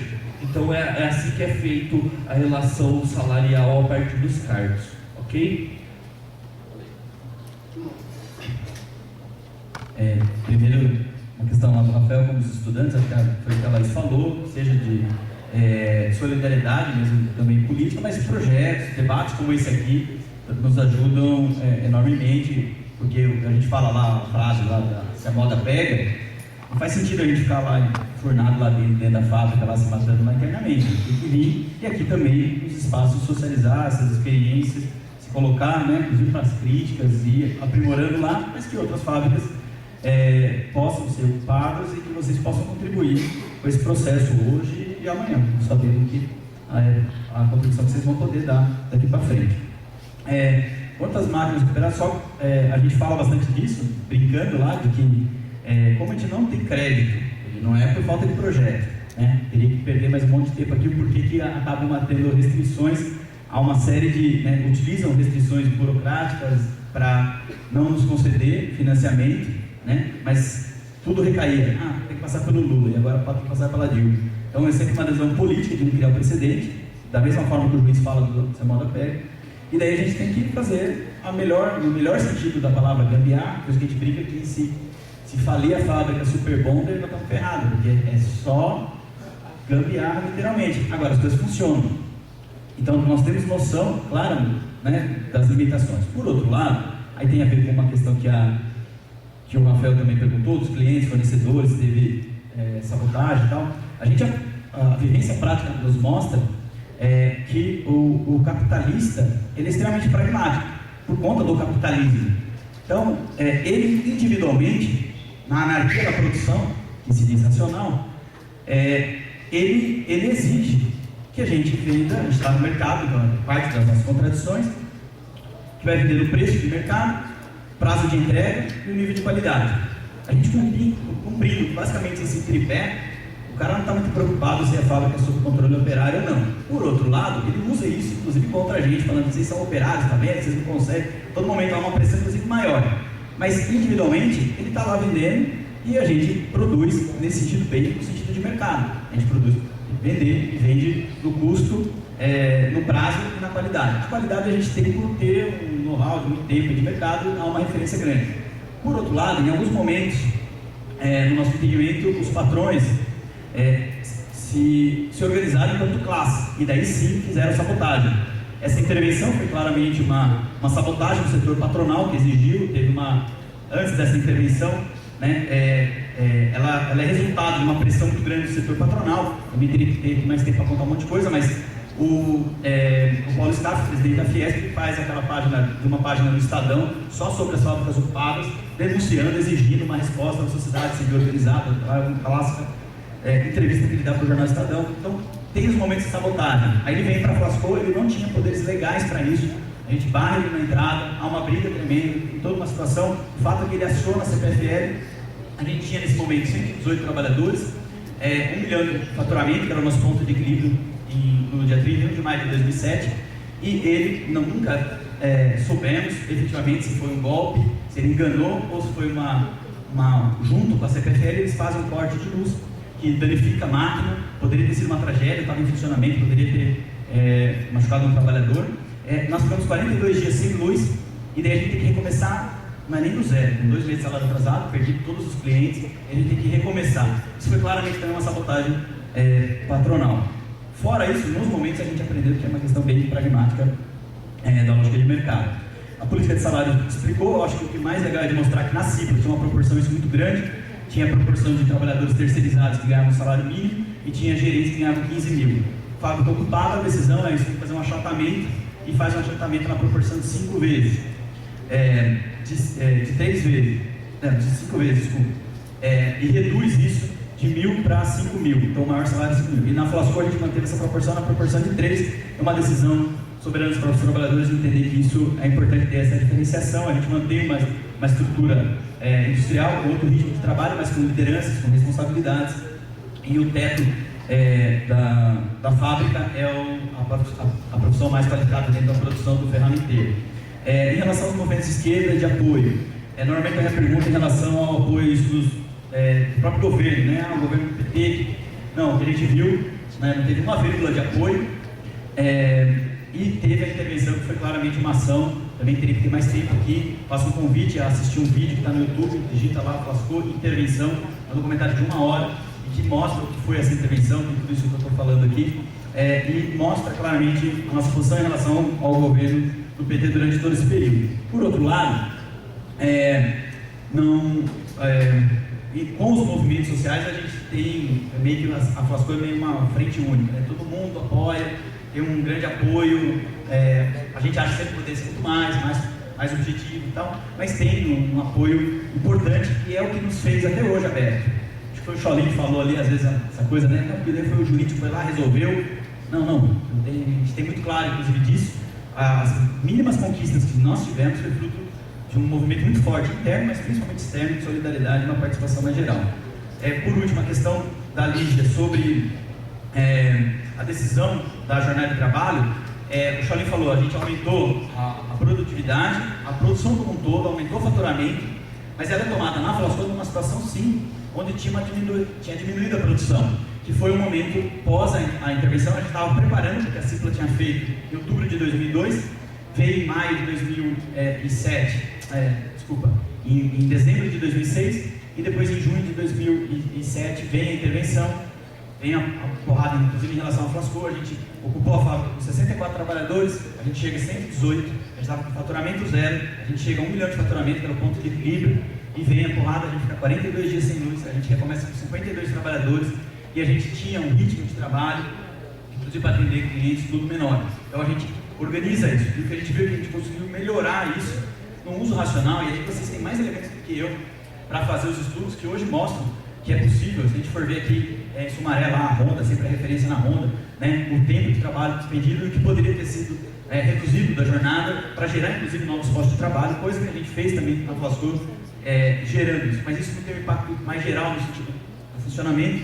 O que a gente fala é da viabilidade econômica. Então a gente fala uma crítica falando, vocês apontam todas essas dificuldades que vocês estão apontando, e por que vocês não vão trabalhar mais, né? E nem estou falando que é isso que você está dizendo, mas já ouvimos assim, mas então vocês têm que aumentar a jornada para 40 horas, ou assim, na lata, né? Vocês são vagabundos, tem que trabalhar mais mesmo. Então, o custo, porque se vai no concorrente, numa mesma máquina, o operador, em vez de trabalhar 6 horas, trabalha 12, a máquina é muito mais, tem uma tecnologia muito maior, consegue produzir muito mais. Então, claro que vocês têm essa dificuldade de custo. A gente fala assim, mas como que a gente consegue ao mesmo tempo fazer com que a fábrica seja viável economicamente? O BNDES aponta. A questão da viabilidade econômica não é algo que impacta na situação da Flasco, seja pela questão que eu falei de demanda do produto, seja da própria gestão interna. Aí o que a gente, para concluir nessa resposta, é que ao não ter a apropriação privada da riqueza, a gente consegue impor algumas garantias históricas da classe trabalhadora. Agora, a gente não é uma ilha, a gente não está isolado, por isso a gente ainda sofre uma série de contradições. Mas por isso que a gente quer que a moda pegue, é por isso que o juiz fala.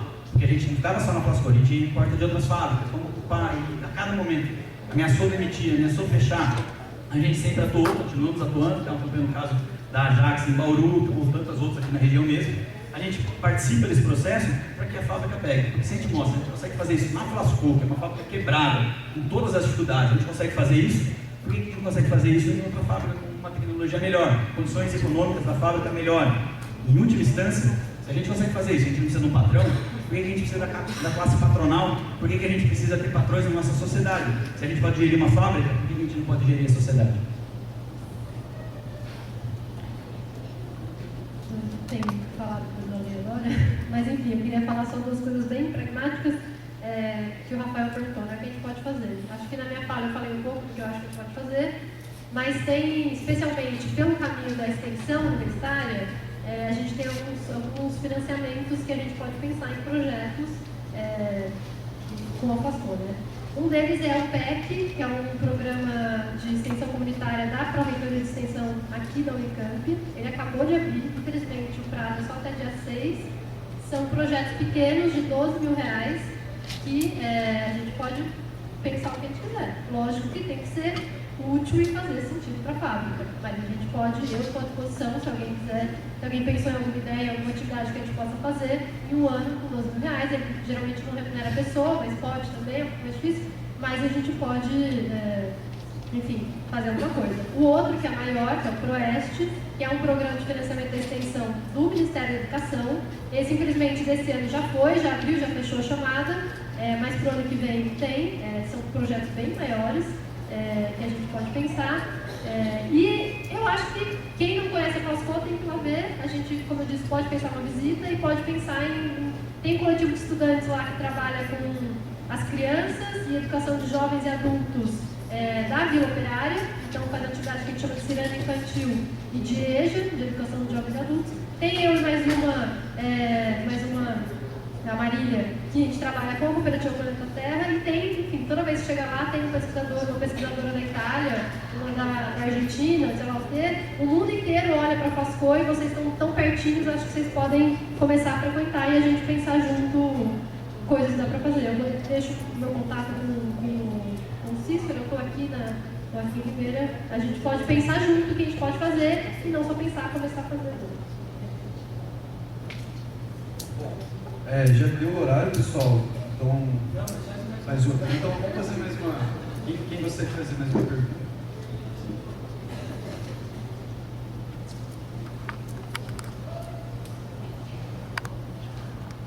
Boa noite, meu nome é Eduardo.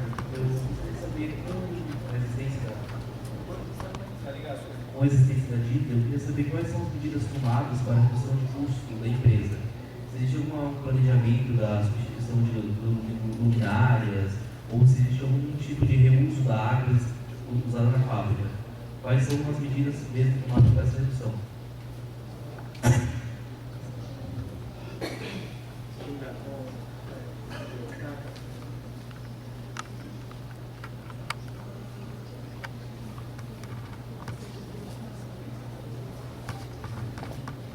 Boa noite, meu nome é Lucan.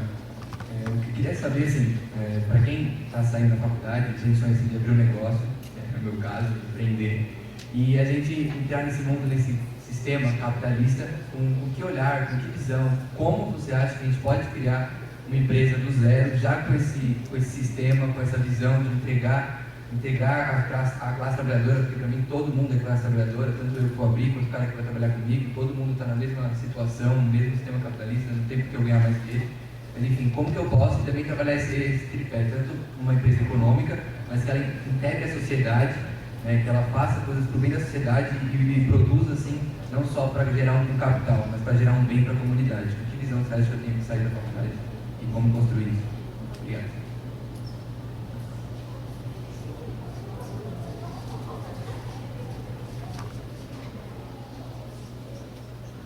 Pessoal, só uma questão aqui, né? O pessoal da Flasco trouxe alguns livros aqui que é referente ao Centro de Memória Operária, que é um CEMOP, né? Que é uma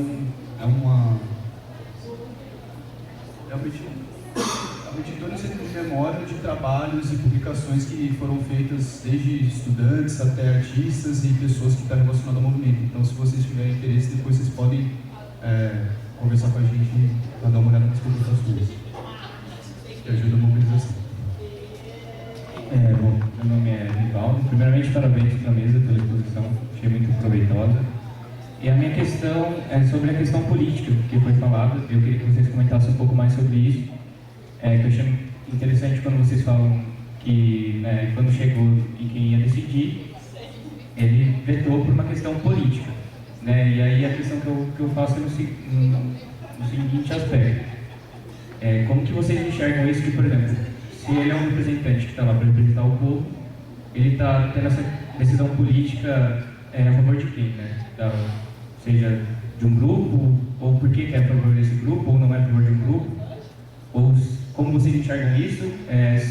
Se é a favor de um grupo, se vocês enxergam que teria que haver uma mudança, já tendo em vista que ele é representante da sociedade, então como será que seria através de uma reforma política que a gente teria? Eu quero que vocês dêem a opinião, mas como vocês enxergam isso? Seria através de uma reforma política?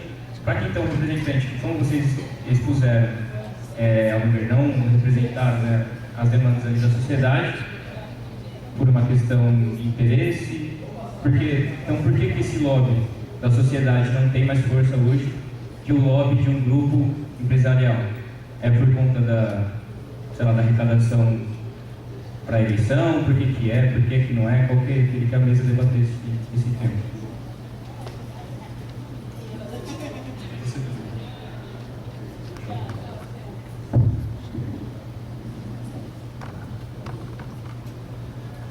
Boa noite. Eu vejo vocês como uma parte da militância da classe trabalhadora e eu gostaria de saber qual é a posição de vocês a respeito da PL 4330, que trata da terceirização. Beleza, então, começando as respostas. Qual é o seu nome? Desculpa. Ronaldo. Bom, começando a rodada de resposta.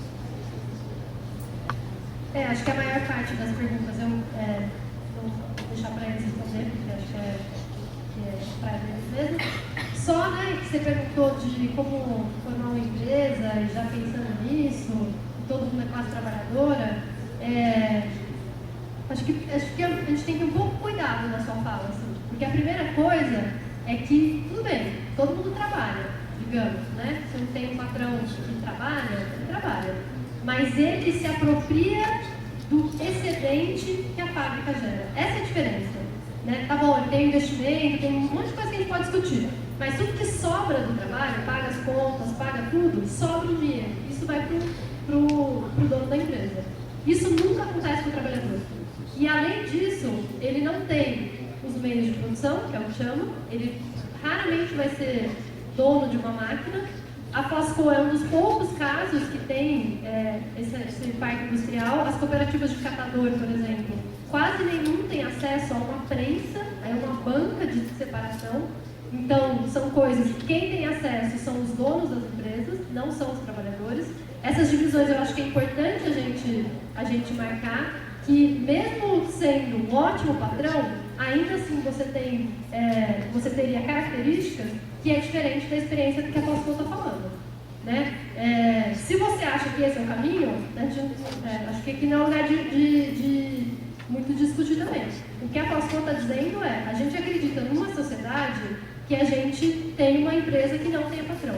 Isso é só a questão financeira? Só a questão das sobras e dos meios de produção? Não, tem outra coisa. E é uma coisa que a Flasco fala reiteradamente. A gente democratiza as decisões dentro da fábrica. Um patrão decide aonde investir, que mercado investir, como fazer, para onde a empresa vai. Né? O patrão decide quantas horas trabalhar e por aí vai. E decisões horríveis como não pagar os direitos trabalhistas dos trabalhadores também. Né? Isso tudo são escolhas dos donos das empresas. Numa fábrica como a da Flasco, quem decide tudo isso são os trabalhadores. Tudo, tudo. Decide qual é o turno da portaria, qual é o procedimento de quando alguém chega, se abre o portão ou não, decide quem vai limpar os banheiros e como vai limpar, decide qual é o escritório de contabilidade, decide como que a gente lida com a qualidade da matéria-prima, por exemplo. São decisões que nunca vão estar nos trabalhadores quando tem um patrão. Mesmo o melhor patrão do mundo, ele não democratiza as decisões. Por quê? No último caso, a vida dele. Se ele perder tudo, é ele que se ferra, né? Teoricamente, o trabalhador perde emprego e ele pode procurar emprego onde ele quiser. Essa é a ideia geral. Geralmente não é assim, mas essas decisões nunca são democratizadas. Então, assim, o que ele está dizendo é que a gente espera que os trabalhadores, que as pessoas que trabalham no chão de fábrica possam decidir sobre tudo, sobre a sua vida e sobre o seu trabalho. Então, eu diria que eu acho que, mesmo você sendo um ótimo patrão, isso nunca vai acontecer numa empresa que tenha patrão. Né? Não estou dizendo que você não faz o que você quer na sua vida, estou dizendo que eu acho que são sonhos diferentes. Né? Então, a gente fala muito desse empreendedorismo. Eu acho que o que a gente tem que fazer de verdade é imaginar que a gente, aquelas pessoas, né, que estudaram, têm uma graduação, podem ter outra, mestrado, doutorado, geralmente as pessoas que são brancas, geralmente as pessoas que são homens. De verdade, o que a gente pode fazer por esse mundo é abrir mão do poder que a gente tem. É abrir mão e deixar aqueles que não têm poder falar e fazer o que eles querem, e não dizer o que eles têm que fazer. Então é muito difícil achar que de verdade, às vezes, o que a gente tem que fazer é se retirar, né? Pegar os espaços que a gente tem e tornar esses espaços democráticos para as pessoas que não têm poder. Primeiro, em relação a você de trás para frente aqui do Ronaldo, do PL 4330, a gente claramente é contrário ao projeto de lei, porque ele tenta regulamentar uma forma de subcontratação da força de trabalho. Então, somos diretamente contra, porque ele acaba institucionalizando uma forma que já existe que eu vou chegar, mas é de uma subcontratação, de precarização das relações de trabalho. Poderia aqui apontar uma série de dados e números, mas é um debate que está a todo lugar, tentando desmistificar de que é um discurso da modernidade, ou que é um discurso de efetividade, de você tornar, né, o trabalhador mais eficiente. Você está fazendo em última instância, institucionalizando, né, a força de trabalho ainda mais claramente, né, como uma mercadoria e mais fácil para ela ser removida. E não é um drama qualquer, mas em última instância é você literalmente rasgar a carteira de trabalho e todos os direitos. Por isso, a nossa opinião da Flasco, nós fizemos a paralisação no dia 15 de abril, quando foi chamado os movimentos, nós paramos a produção todo dia e fizemos uma grande assembleia onde nós discutimos por mais de 2 horas a questão da terceirização. Isso significa, nossa posição é não somente contra o PL 4330, contra qualquer forma de terceirização, aí no caso mais jurídico, assim, mas quem trabalha um pouco com isso também sabe, que é a súmula 331 do TST, que hoje já trata da terceirização. Então, só um parênteses, estão na universidade pública aqui na Unicamp, tem terceirizadas da limpeza, da zeladoria, da segurança. O que é a atividade fim e meio nessa universidade? Na USP, por exemplo, teve um caso emblemático de uma greve das terceirizadas da limpeza. O fim da universidade, produção de conhecimento, então, e o meio seria a limpeza. 15 dias, 10 dias, impossível você manter a produção de conhecimento da universidade com as condições de banheiro e de limpeza que estavam. O que é meio e fim nessa sociedade? Nós não podemos, no nosso entendimento, simplesmente fazer essa distinção, e hoje é uma grande pauta, está em discussão, tem diferentes posições, a nossa é claramente nisso. Em relação ao Vivaldo, a primeira coisa, né, a gente apontou aqui que o governo federal, né, assim como o estadual e o municipal, de formas diferentes, não atendem às nossas reivindicações, por a gente entender que é uma questão, inclusive, mais ampla do que uma questão de governo, sim, uma posição de classe mais geral, de representação do Estado. Mas, para não dizer, bom, então só a revolução, não, de forma tranquila, existiria uma série de procedimentos, hoje já existentes, que poderiam ser adotados. Falei da adjudicação, falei da desapropriação pelo interesse social, que são, também teria que ter aqui um tempo maior, gostaria, sinceramente gostaria. Mas, de apontar como é usada a desapropriação pelo interesse social, o Kassab, por exemplo, na Avenida Espraiada, lá em São Paulo, ele usou o instrumento da desapropriação pelo interesse social para produzir todo o prolongamento lá da Berrini e da Água Espraiada. A adjudicação é feita diariamente. Nós estivemos lá com todas as autoridades, presidente do INSS, ministros e tal, nós fazemos diariamente a adjudicação. Tudo bem, vamos adjudicar a Flasco. Não, veja bem, que daí é sempre assim. Então, mas isso então não é possível? Na Argentina não é nenhum processo revolucionário lá com os Kirchner. Lá, por um processo político de força do movimento das fábricas ocupadas, se concretizou algo que a gente reivindica aqui, que é ter diferentes possibilidades e não um filtro só para um caminho que nós criticamos e apontamos os limites. Pode-se ter uma política pública, então não é nada revolucionário, uma política pública de atendimento às pautas das empresas recuperadas por trabalhadores.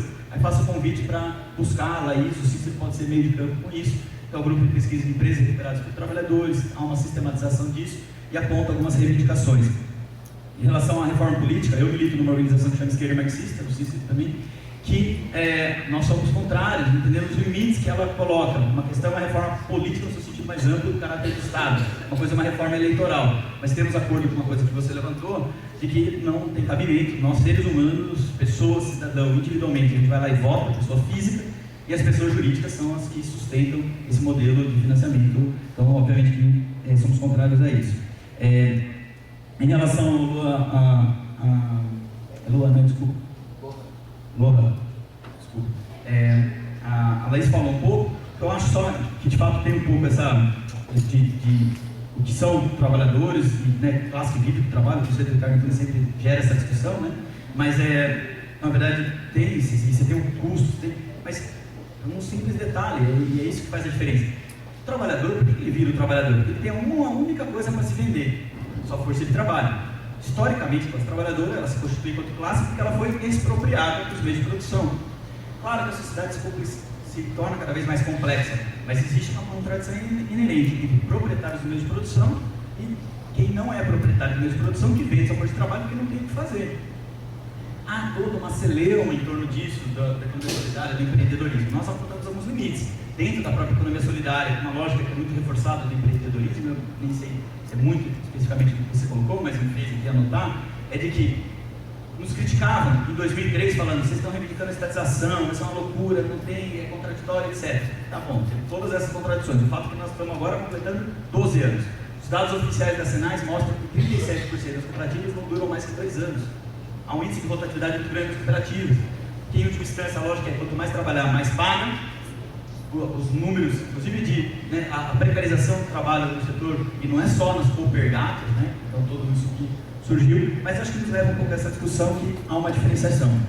E o Eduardo, em relação à redução de custos, seja de reuso da água, de energia, você tem razão, é muito bem-vindo. Faço já, inclusive, um convite para que, se quiser desenvolver estudos, isso nos ajuda.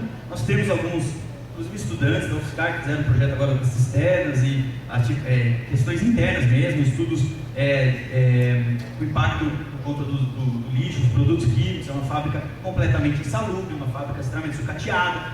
Nós gostaríamos, tendo condições financeiras, de reorganizar a fábrica inteira.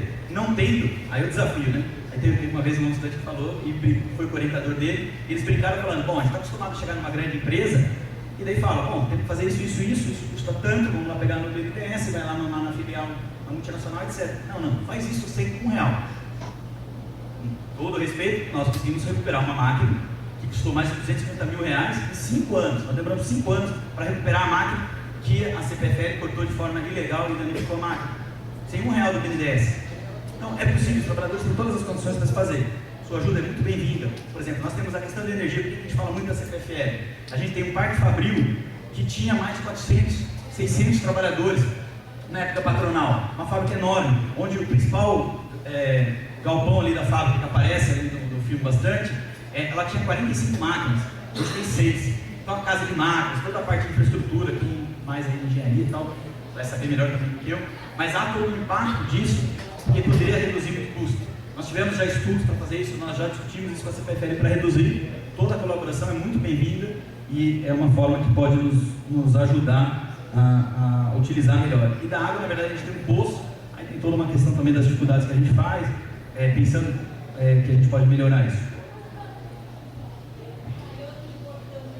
Só complementar algumas coisas que foram ditas. Com relação à questão política também, eu acho que é importante, às vezes a gente deixou, a Pô não falou muito, mas a Flasco ela também busca apoio, eu acho que isso é uma importância muito grande, com a relação com outros movimentos sociais.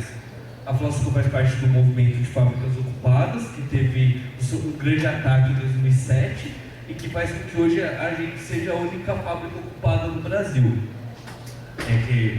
Até falam pra gente, um movimento de uma fábrica só, mas estamos na resistência. Mas a relação com outros movimentos sociais, a relação na luta com outros movimentos sociais que dá muito peso político para a própria fábrica. E essa relação ela tem que estar sempre.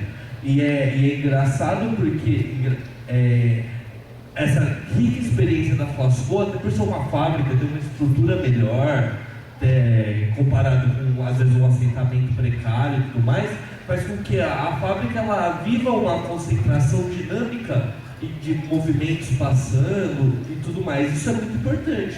Essa relação orgânica com os movimentos sociais de luta, que também lutam por, às vezes, outras coisas, reforma agrária, reforma urbana, mas que são as mesmas lutas da Flasco no conjunto geral. Então eu acho que essa força política, a força política que vem por parte dos movimentos de luta, é também um grande peso, uma grande importância para a Flasco, e a gente vem vivendo isso aos 12 anos aí de luta.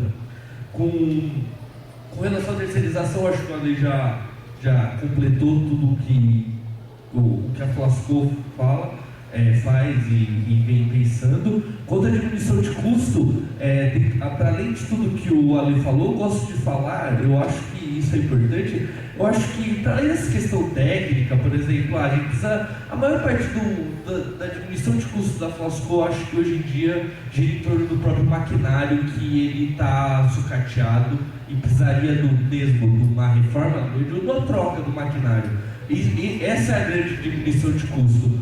Pelo contrário, na verdade, a Flasco vem esse ano e ao longo do ano passado aumentando seus custos. Isso é bom para o trabalhador. A Flasco hoje, a gente tem, por exemplo, há 1 ano e meio, ginástica laboral. A gente não tinha antes, a gente viu. Pô, os trabalhadores da Flasco estão há 12 anos ocupados, eles envelheceram 12 anos. Então vamos aplicar medidas para a saúde do trabalhador. Hoje em dia a gente faz uma coisa que não se faz em nenhum lugar do Brasil, não que eu saiba, se alguém souber me fala. Que a gente distribui frutas para os trabalhadores para eles comerem. Todo dia é uma maçã, uma banana, ou uma laranja, ou um mamão, distribui para todos os trabalhadores. Isso é aumento de custos. E a gente sim tem orgulho de aumentar os custos para a saúde do trabalhador. E que isso é uma coisa que o patrão não pensa. E a gente faz. Então, desse ponto de vista, a gente não tem medo de aumentar os custos da Flasco para o bem do trabalhador, da saúde do trabalhador. E para finalizar, 2 coisas.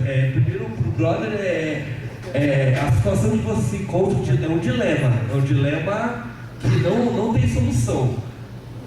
Não, mas só continuar, eu quero fazer eu quero dar uma dica para você. Porque a gente luta por um mundo sem patrões. Eu sei que não é isso que você quer para você.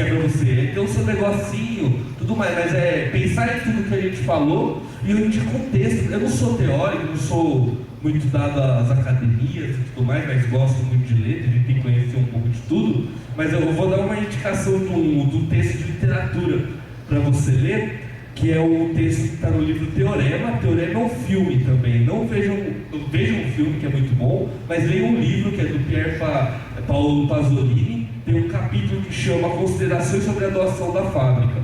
Que é o capítulo? É o patrão doa a fábrica para os trabalhadores, daí chega a imprensa abismada e começa a fazer uma série de perguntas para os trabalhadores, e essas perguntas, na verdade, é só o jornalista perguntando, coloca muito das contradições que talvez seja muito difícil ler no Marx, seja muito difícil ler nos autores, vale a pena ler. No filme, infelizmente, o Pasolini não adaptou esse capítulo, então por isso procure o livro, acho que é bom, excelente. Para finalizar só rapidinho, eu abri ali o site da Flasco, até um pedido para vocês. Quarta-feira a gente vai para Brasília, para uma comissão formada com outros movimentos, outros apoiadores, para discutir essa questão da adjudicação das dívidas da Flasco. E ali no abril, acho que é por causa da internet, mas sabendo que tem ali a aba de cima, a campanha, ali é um bannerzinho amarelo. Lá você clica, você pode, é um abaixo-assinado que a gente está fazendo, a gente vai levar para Brasília. Então, se vocês quiserem aderir à campanha com os seus nomes, é muito importante para a gente. Quanto mais assinaturas a gente tiver, melhor, para a gente levar lá para os donos do poder, para esfregar na cara deles que a luta da Flasco é uma luta também que tem a respaldo da sociedade. O site fabricasocupadas.org.br conta com o apoio de vocês, viu, gente? A gente está falando aqui de universidade da Flasco, esse é o mínimo que vocês podem fazer hoje, tá? Obrigado. Charlie, você tem uma última palavra?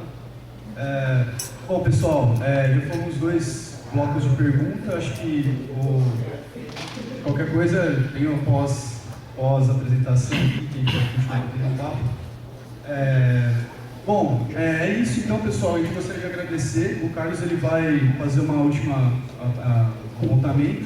E novamente obrigado pela consideração e por visitarem aqui e ter paciência para ouvir esse caso que pode parecer uma coisa completamente fora do comum, uma coisa completamente absurda, uma coisa completamente desconhecida, e é justamente isso. E por que é isso? Porque o que está vendido para a gente não consegue ver com outros olhos, senão os olhos desse discurso que nos foi vendido. Então, como que a gente pode olhar? Então, através dessas mesas, através do olhar crítico, da reflexão, a gente pode começar a ver esses casos e outras atividades que podem ser feitas.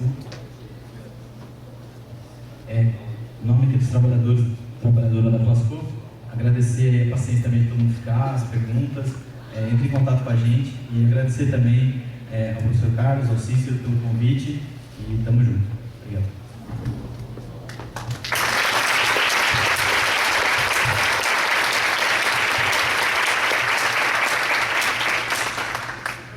Muito bem. chegamos ao final, então, desse evento. Então, agradeço demais ao Cícero e ao pessoal convidado aqui, da Flascom. Muito obrigado pela presença de vocês, pelas novidades que trazem para nós, demonstrar que o mundo não é apenas um mercado, muito menos um mercado que a gente lê na teoria microeconômica, que eu mesmo ensino para vocês, e que então as coisas são, a floresta muito maior, e que ela tem raízes na política, na história. Então acho que isso, nesse sentido, é uma ótima experiência para nós termos essa mesa e os convidados que tivemos ao longo dessa semana. Eu agradeço a todo mundo que veio aqui e que apoiou essas atividades durante o 6º seminário do LEG. E o LEG, convivendo agora nesse momento com vocês e tal, é um grupo de pesquisa, laboratório de economia e gestão, nesse mundo dentro da faculdade. Aí eu estava descobrindo que tem algumas coisas assim com uma mini Flascom. Eu não sou o patrão, sou o líder, esse é o termo que se usa na pesquisa, né? Mas aí eu tenho uma equipe que me ajudou um monte, que é responsável da logística, das decisões, do controle da frequência, da emissão de certificados e tudo mais. Então, que funciona também com o conselho deliberativo e eles traçam as estratégias e tudo mais. Então, vou mostrar cada um deles para agradecer o Rafael, que hoje oficia de fotógrafo, o Chico, que hoje oficia de filmador, a Alana Isabel, a Aline Ferreira, que captou, através de um edital, os fundos que financiaram os gastos dessa semana, então importantíssimo. O Alexandre Mizucuni, que não está aqui, e a Paula Rosa, que está aqui. Então, especialmente agradecer, vamos aplaudir eles.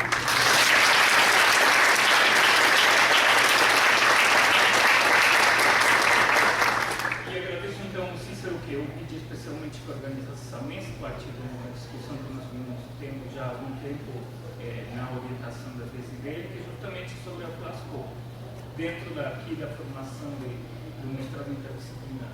Então, agradeço muitíssimo que vocês tenham acompanhado essa semana, que espero que tenha sido produtiva. Também tivemos uma discussão de um grupo de pesquisa muito interessante sobre o Observatório das Migrações e 2 sessões de apresentação do projeto de iniciação científica da científica aqui da FCA, que também foram ótimas. Então, a todos eu agradeço muito. E o ano que vem esperamos fazer a 7ª versão. Muito obrigado. Boa noite.